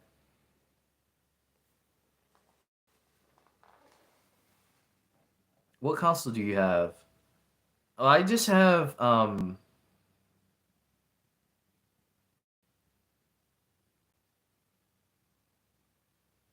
I just um I play games on PC for right now. I'm trying to get a PS5. And it's crazy. There's already rumors about a PS6, and I'm like, I don't even have a PS5 yet. I don't even have a PS5, and they're already talking about PS6 rumors. So it's just like, So I need to get a PS5 at some point because I have a lot of games that I want to play, and that's why I want to. Then hopefully I can try to start up that gaming. the gaming thing so I can start playing some games and stuff. What do you think about the woke MCU? Here's my thing.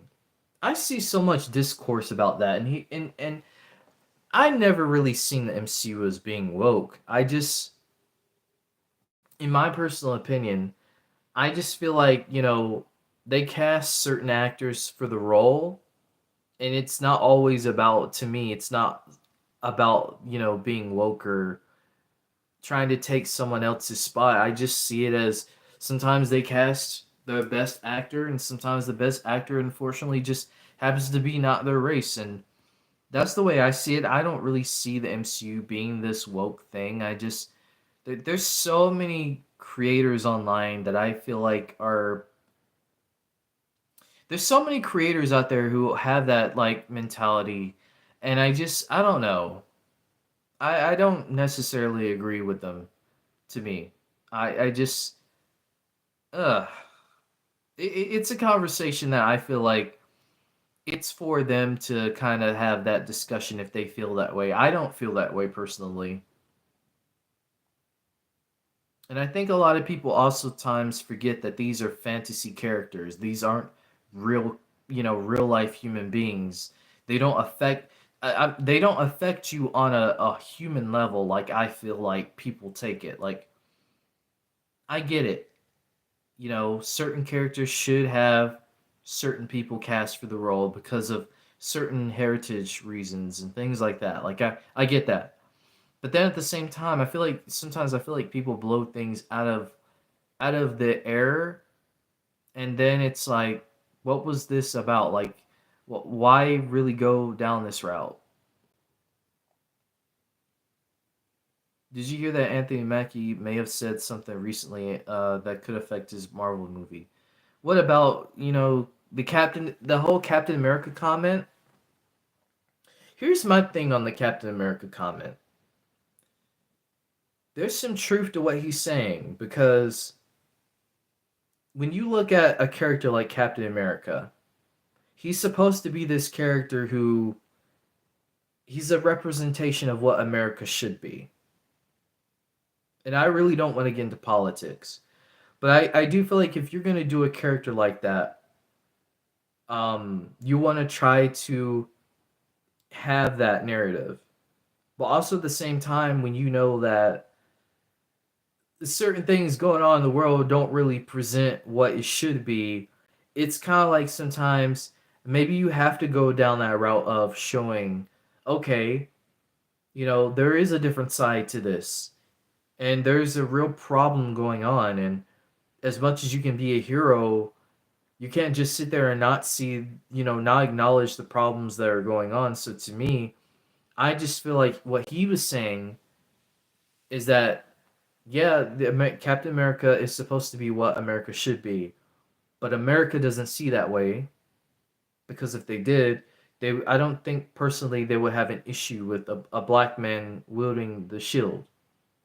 Because I think of it as like the military. There's been people of all races who have been colonels in the military. And I'm sure, yeah, people complain. But when you're on that field, on that battlefield, because I have people in my family who are in the military, when you have people in that field, it doesn't matter. It doesn't matter what race you are because at the end of the day, you're surviving for your life. Some people make it out, some people don't. So I see it from that angle.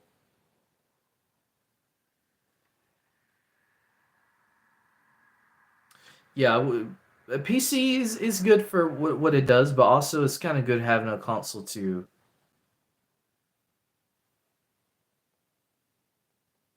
PS6 2027. Oh Lord. Honestly, I wouldn't even put it past PlayStation, to be honest with you. But I could see that being a possibility. But I don't know. PlayStation might come out maybe 2029 or something. It just all depends.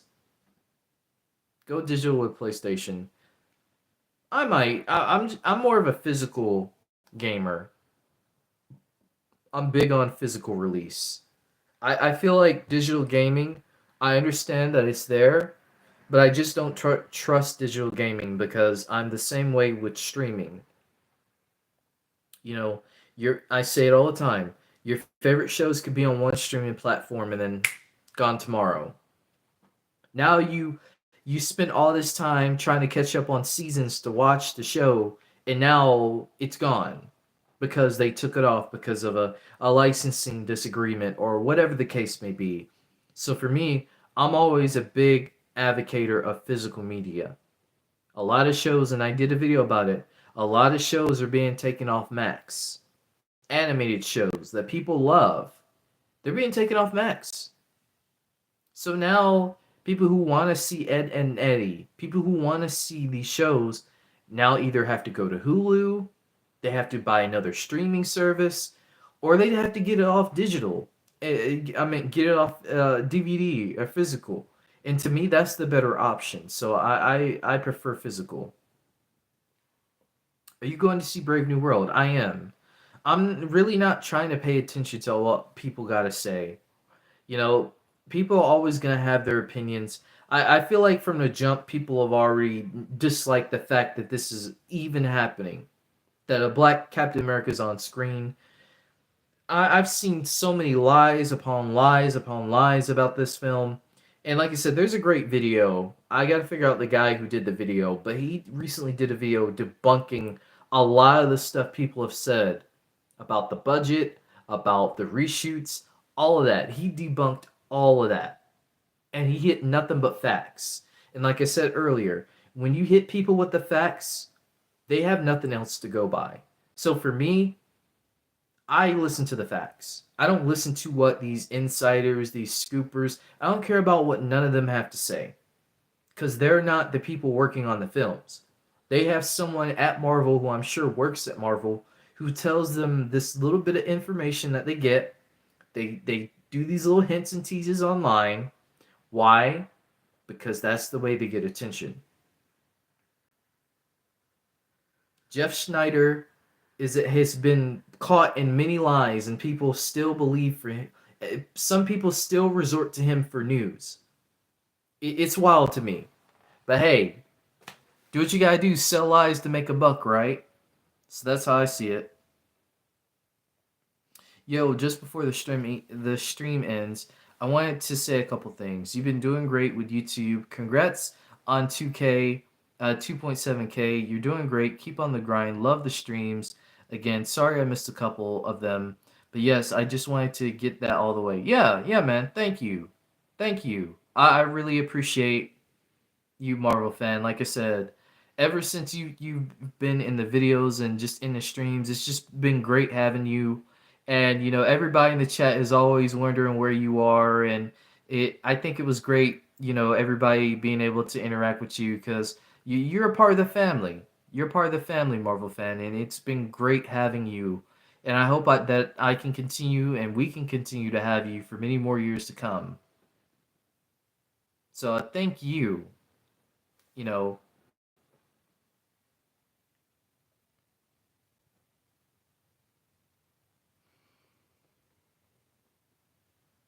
Thanks, bro. You're my favorite YouTuber. Thank you, Pat. I appreciate that. What's up, Jace? What's Jeff Snyder wrong about? I hope his T'Challa report is accurate. That's what I'm trying to find out. I'm still trying to find out. I do have that person that I told you about that I'm asking for about some information. They're supposed to be doing a Q&A, so I think they're currently working on the Q&A for that right now. So that was one of the questions I asked them about the T'Challa report. So like I said, I'll let you know about it. But I mean, he got wrong the Beyond the Spider-Verse thing because he said that the movie was scrapped and the movie wasn't scrapped. Like legit people from the studio were, who worked on the film were saying like, no, the movie's still happening. So he's been wrong on many accounts for stuff. So that's why it's kind of like, I don't know really how to trust him. And then even with that T'Challa thing, like when he was doing that not interview, but when he was on that stream, kind of like the way he referenced that, to me it just seemed like maybe he knew, maybe he doesn't know. It's just it's odd. I don't know what's going on with that, but I mean, I hope it's true. I want to see T'Challa recasted. It's time now. It's time. It's been time. But I hope it happens.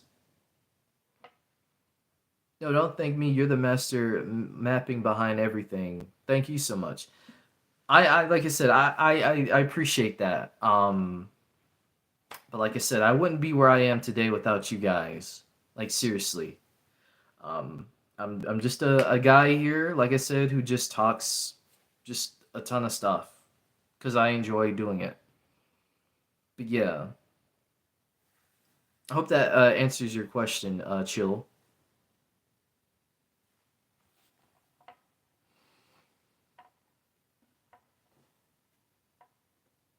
I can't believe I've been going this long. I don't think I've ever gone this long on my channel. So this is the longest stream I've done. So this is we're breaking new a new record. So I'm with it. Um, if anyone else has any more questions or anything, let me know.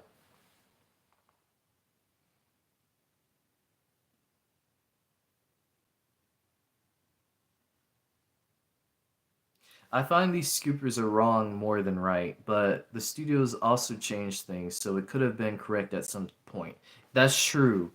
That is true because that you get reports about a certain character that was supposed to appear in a movie, and then they completely change it. And sometimes it could be an example of them kind of saying certain things to kind of throw people off, because that has happened before.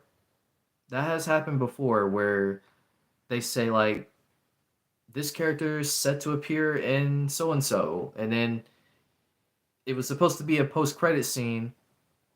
They cut the post credit scene because I remember, I think it was Wakanda Forever, I believe. There was something about a Doctor Doom. It was some rumor about Doctor Doom post credit scene or something that they said, and I guess that either was not true or they scrapped that. I don't know what happened with that whole ordeal, but I do remember that being a rumor at one point. But like I said, you know my feeling towards that movie.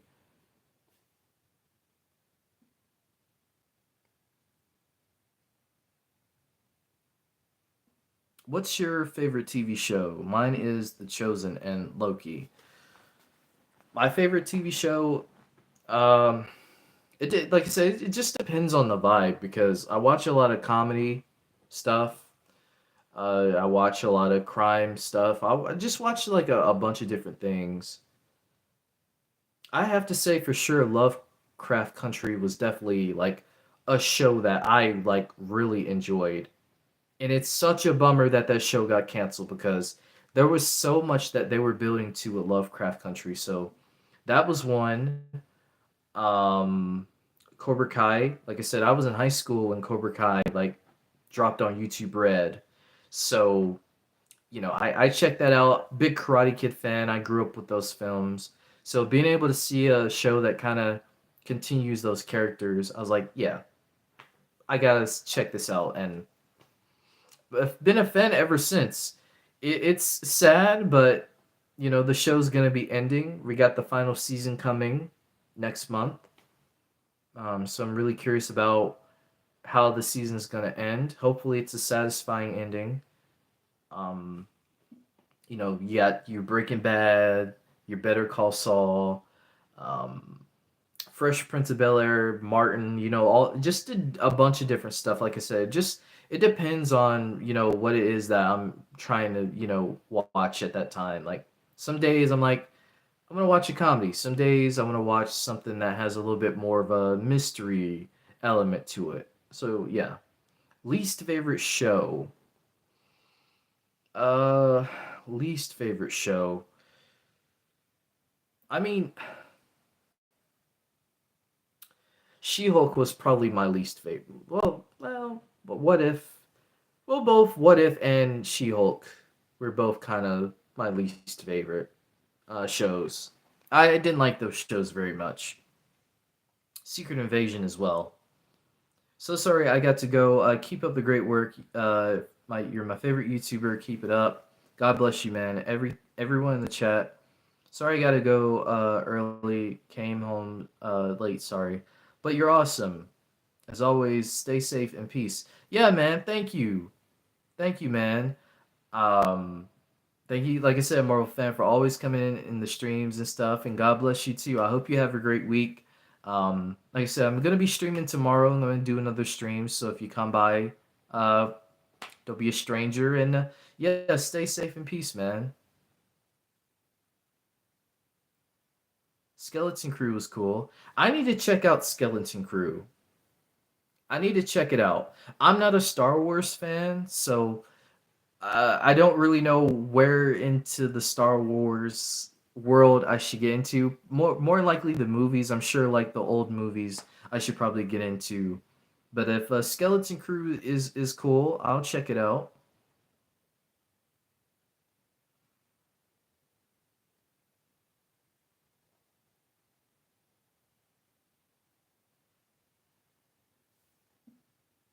All right, man. I'll see you then.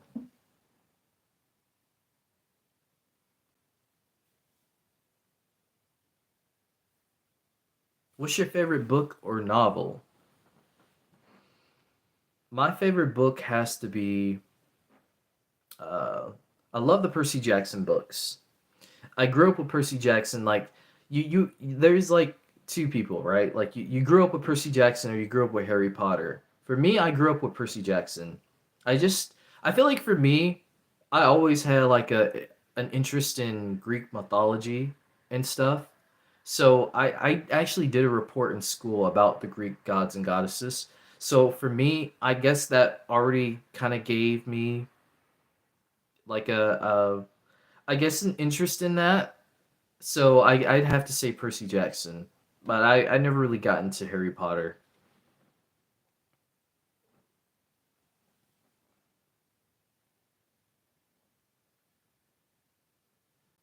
I don't like Percy Jackson, but I really like Greek mythology. Yeah, there's a lot of interesting things in Greek mythology.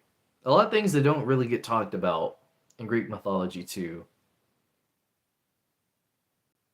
Yeah, I thought the Disney Plus series was good too, and I know they're working on season two. They're doing the second book, so I'm gonna see what they're gonna do. I've read like I think I read like some of the second book. It's just the first book that I read because I guess that like I said the first book I enjoyed it. But the second book, like I said, I gotta get back into it. But I know there's a new series of book. There's a book series that I want to get into because I saw they're doing a movie or I think they're doing either a movie or a TV show about it. I think that's the one. If Chillmonger, if you're still here, that's the one that I'm talking about. I definitely want to get into those books and stuff because that definitely sounds like a really interesting story.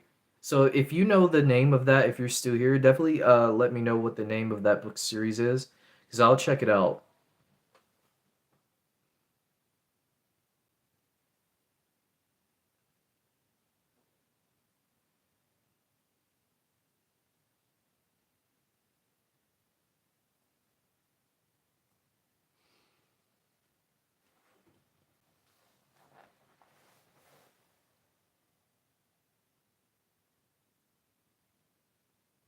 Yeah, that's the one. That's the one.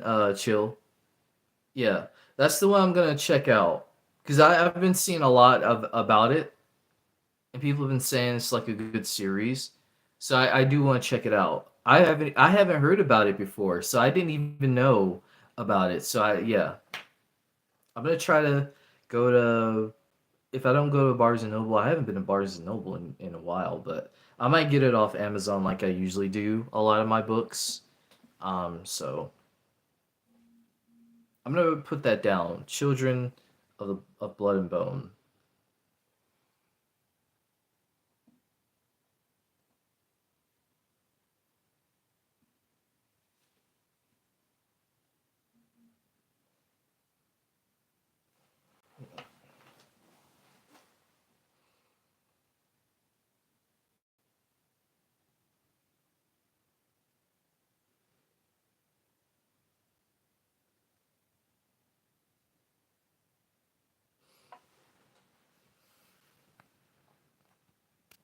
See, how long have I been going for?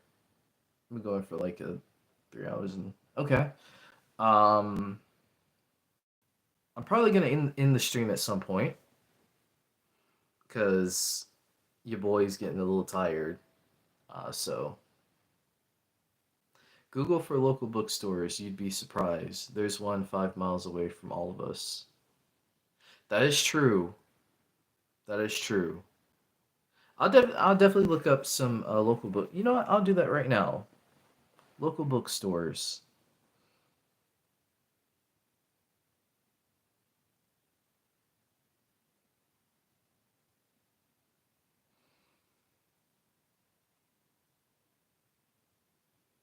Yeah, there's a bookstore not too far from me. Yeah, okay. I'll definitely head there. I've never really gone to a local bookstore. Now, a local comic book store I have gone to, but a local bookstore I haven't.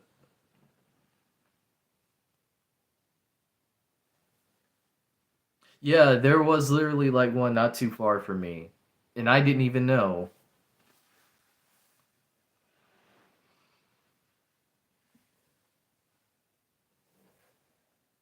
Hey, welcome back, man. Welcome back, Not. I'm probably gonna end the stream in a few minutes.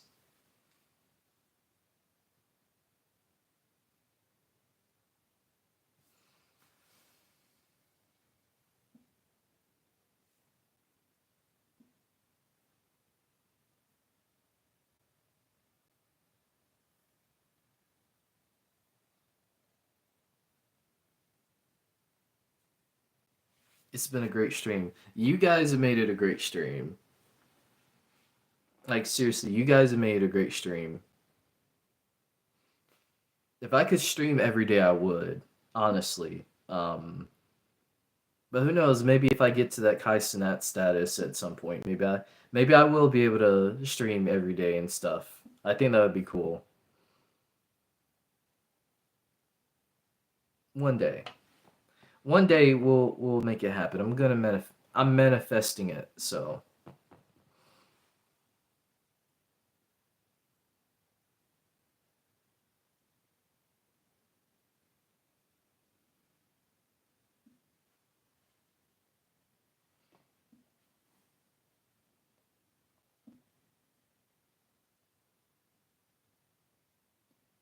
I'm 2 chapters in so far. I'm not worried about the film's budget yet. You can fake magic with lights and edits. Okay. So there's definitely what sounds like a lot of magical elements. I like stuff like that too. So I would definitely get invested, which it would be great to see a franchise, with all black characters, having that, magical adventures and stuff. We need more of that kind of stuff. So I'm down to check it out.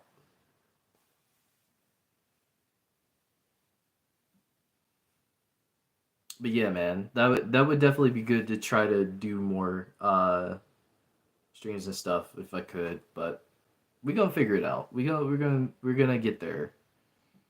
I got faith.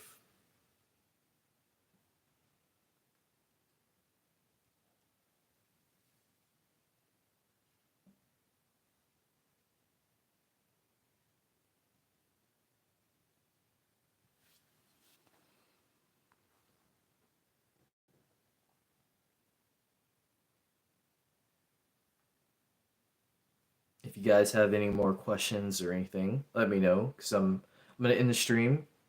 Like I said, your boy getting kind of tired. Um, but I appreciate everybody who came to the stream and everything. And even if you're watching this on the replay, I appreciate you guys and everybody coming in, just seeing it on the replay.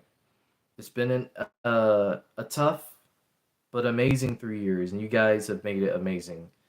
And like I said, I wouldn't be where I am today without just everybody. Like I said, um, I could go through the names again. Like I said, I you know most importantly, my friend Anima TD, my friend Tony. He was the one that he said, "Man, I think it would be cool if you would do a YouTube channel." So like I said, I had the idea I always had the idea, I had the concept for it. Like I said, I got a roadmap of just different ideas that I want to do in the future and stuff, and even now. But it was him that kind of gave me that word of reason to say like, "Hey man, you should start a YouTube channel." And so I said, I should start it back up again because I did before, and um, like I said, I was doing vlogs and stuff like that, but I just took it all down because the people I was friends with, I'm no longer friends with anymore, and that sort of thing. But big shout out to him. Big shout out to my friend Pandatron, PJ, um, Koi Fish Gaming. Uh, Chill, if you're still here, shout out to you. Like I said, just bringing me into your streams and your community and whatnot. It's been great. Um, just a lot of people, man, like a Marvel fan, everybody who's just like been in this journey. It doesn't matter, if you just it doesn't matter if you just came in, from my first video, from my recent video, from this live stream, from maybe a past live stream, from maybe a live stream, from like I said, from Chillmonger or maybe someone else that I may collab, others that I may collab with in the future. If someone's watching this in the future, thank you, because I want to build a community and I want to be able to bring people together. And if I can bring people together, I feel like I accomplished my mission, one of the things on my mission statement of what I wanted to do for YouTube. So I appreciate you all so much. Thank you to many more years. And yeah,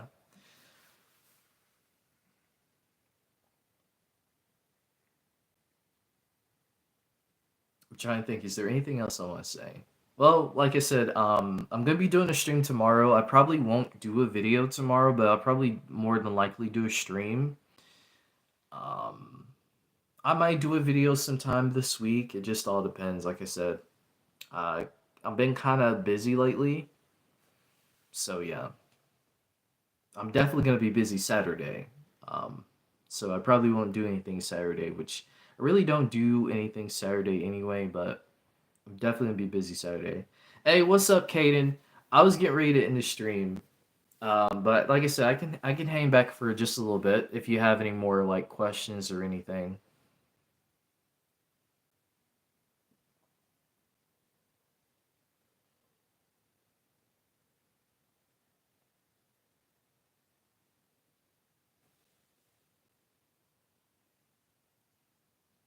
Great stream, bro. Love your energy as always. I definitely needed this stream today. You know, you know what's funny? I needed this stream too. Like I said, today was a very rough day. And I wasn't sure if I was even going to do the stream today, to be honest with you. I thought about canceling it, but you know what? I'm glad that I didn't. I'm glad that I did it, and I'm glad that you were able to see the stream and stuff. So I guess it was just destiny working again. So yeah, I'll see you guys tomorrow, and yeah, as I always say, if you're passionate about something, go for it. You know, anything is possible. You know, make it happen. Do it better than anything you could ever imagine, and I promise you, good things will come. I know it seems tough right now. I know it seems hard right now, but just know there are good people out there. And when you find those good people and you bring those good people together, it just makes things a lot better. So yeah, big love to you all. Thank you for these amazing 3 years. Are you saying something else? See you too. Hopefully the week gets a lot better for you, man. You can reach beyond the stars. Yeah, I I believe we all can reach beyond the stars because we're already stars, but we can reach beyond that. I know we can. So yeah, Big love to you all. Thank you for the 3 years, and peace out.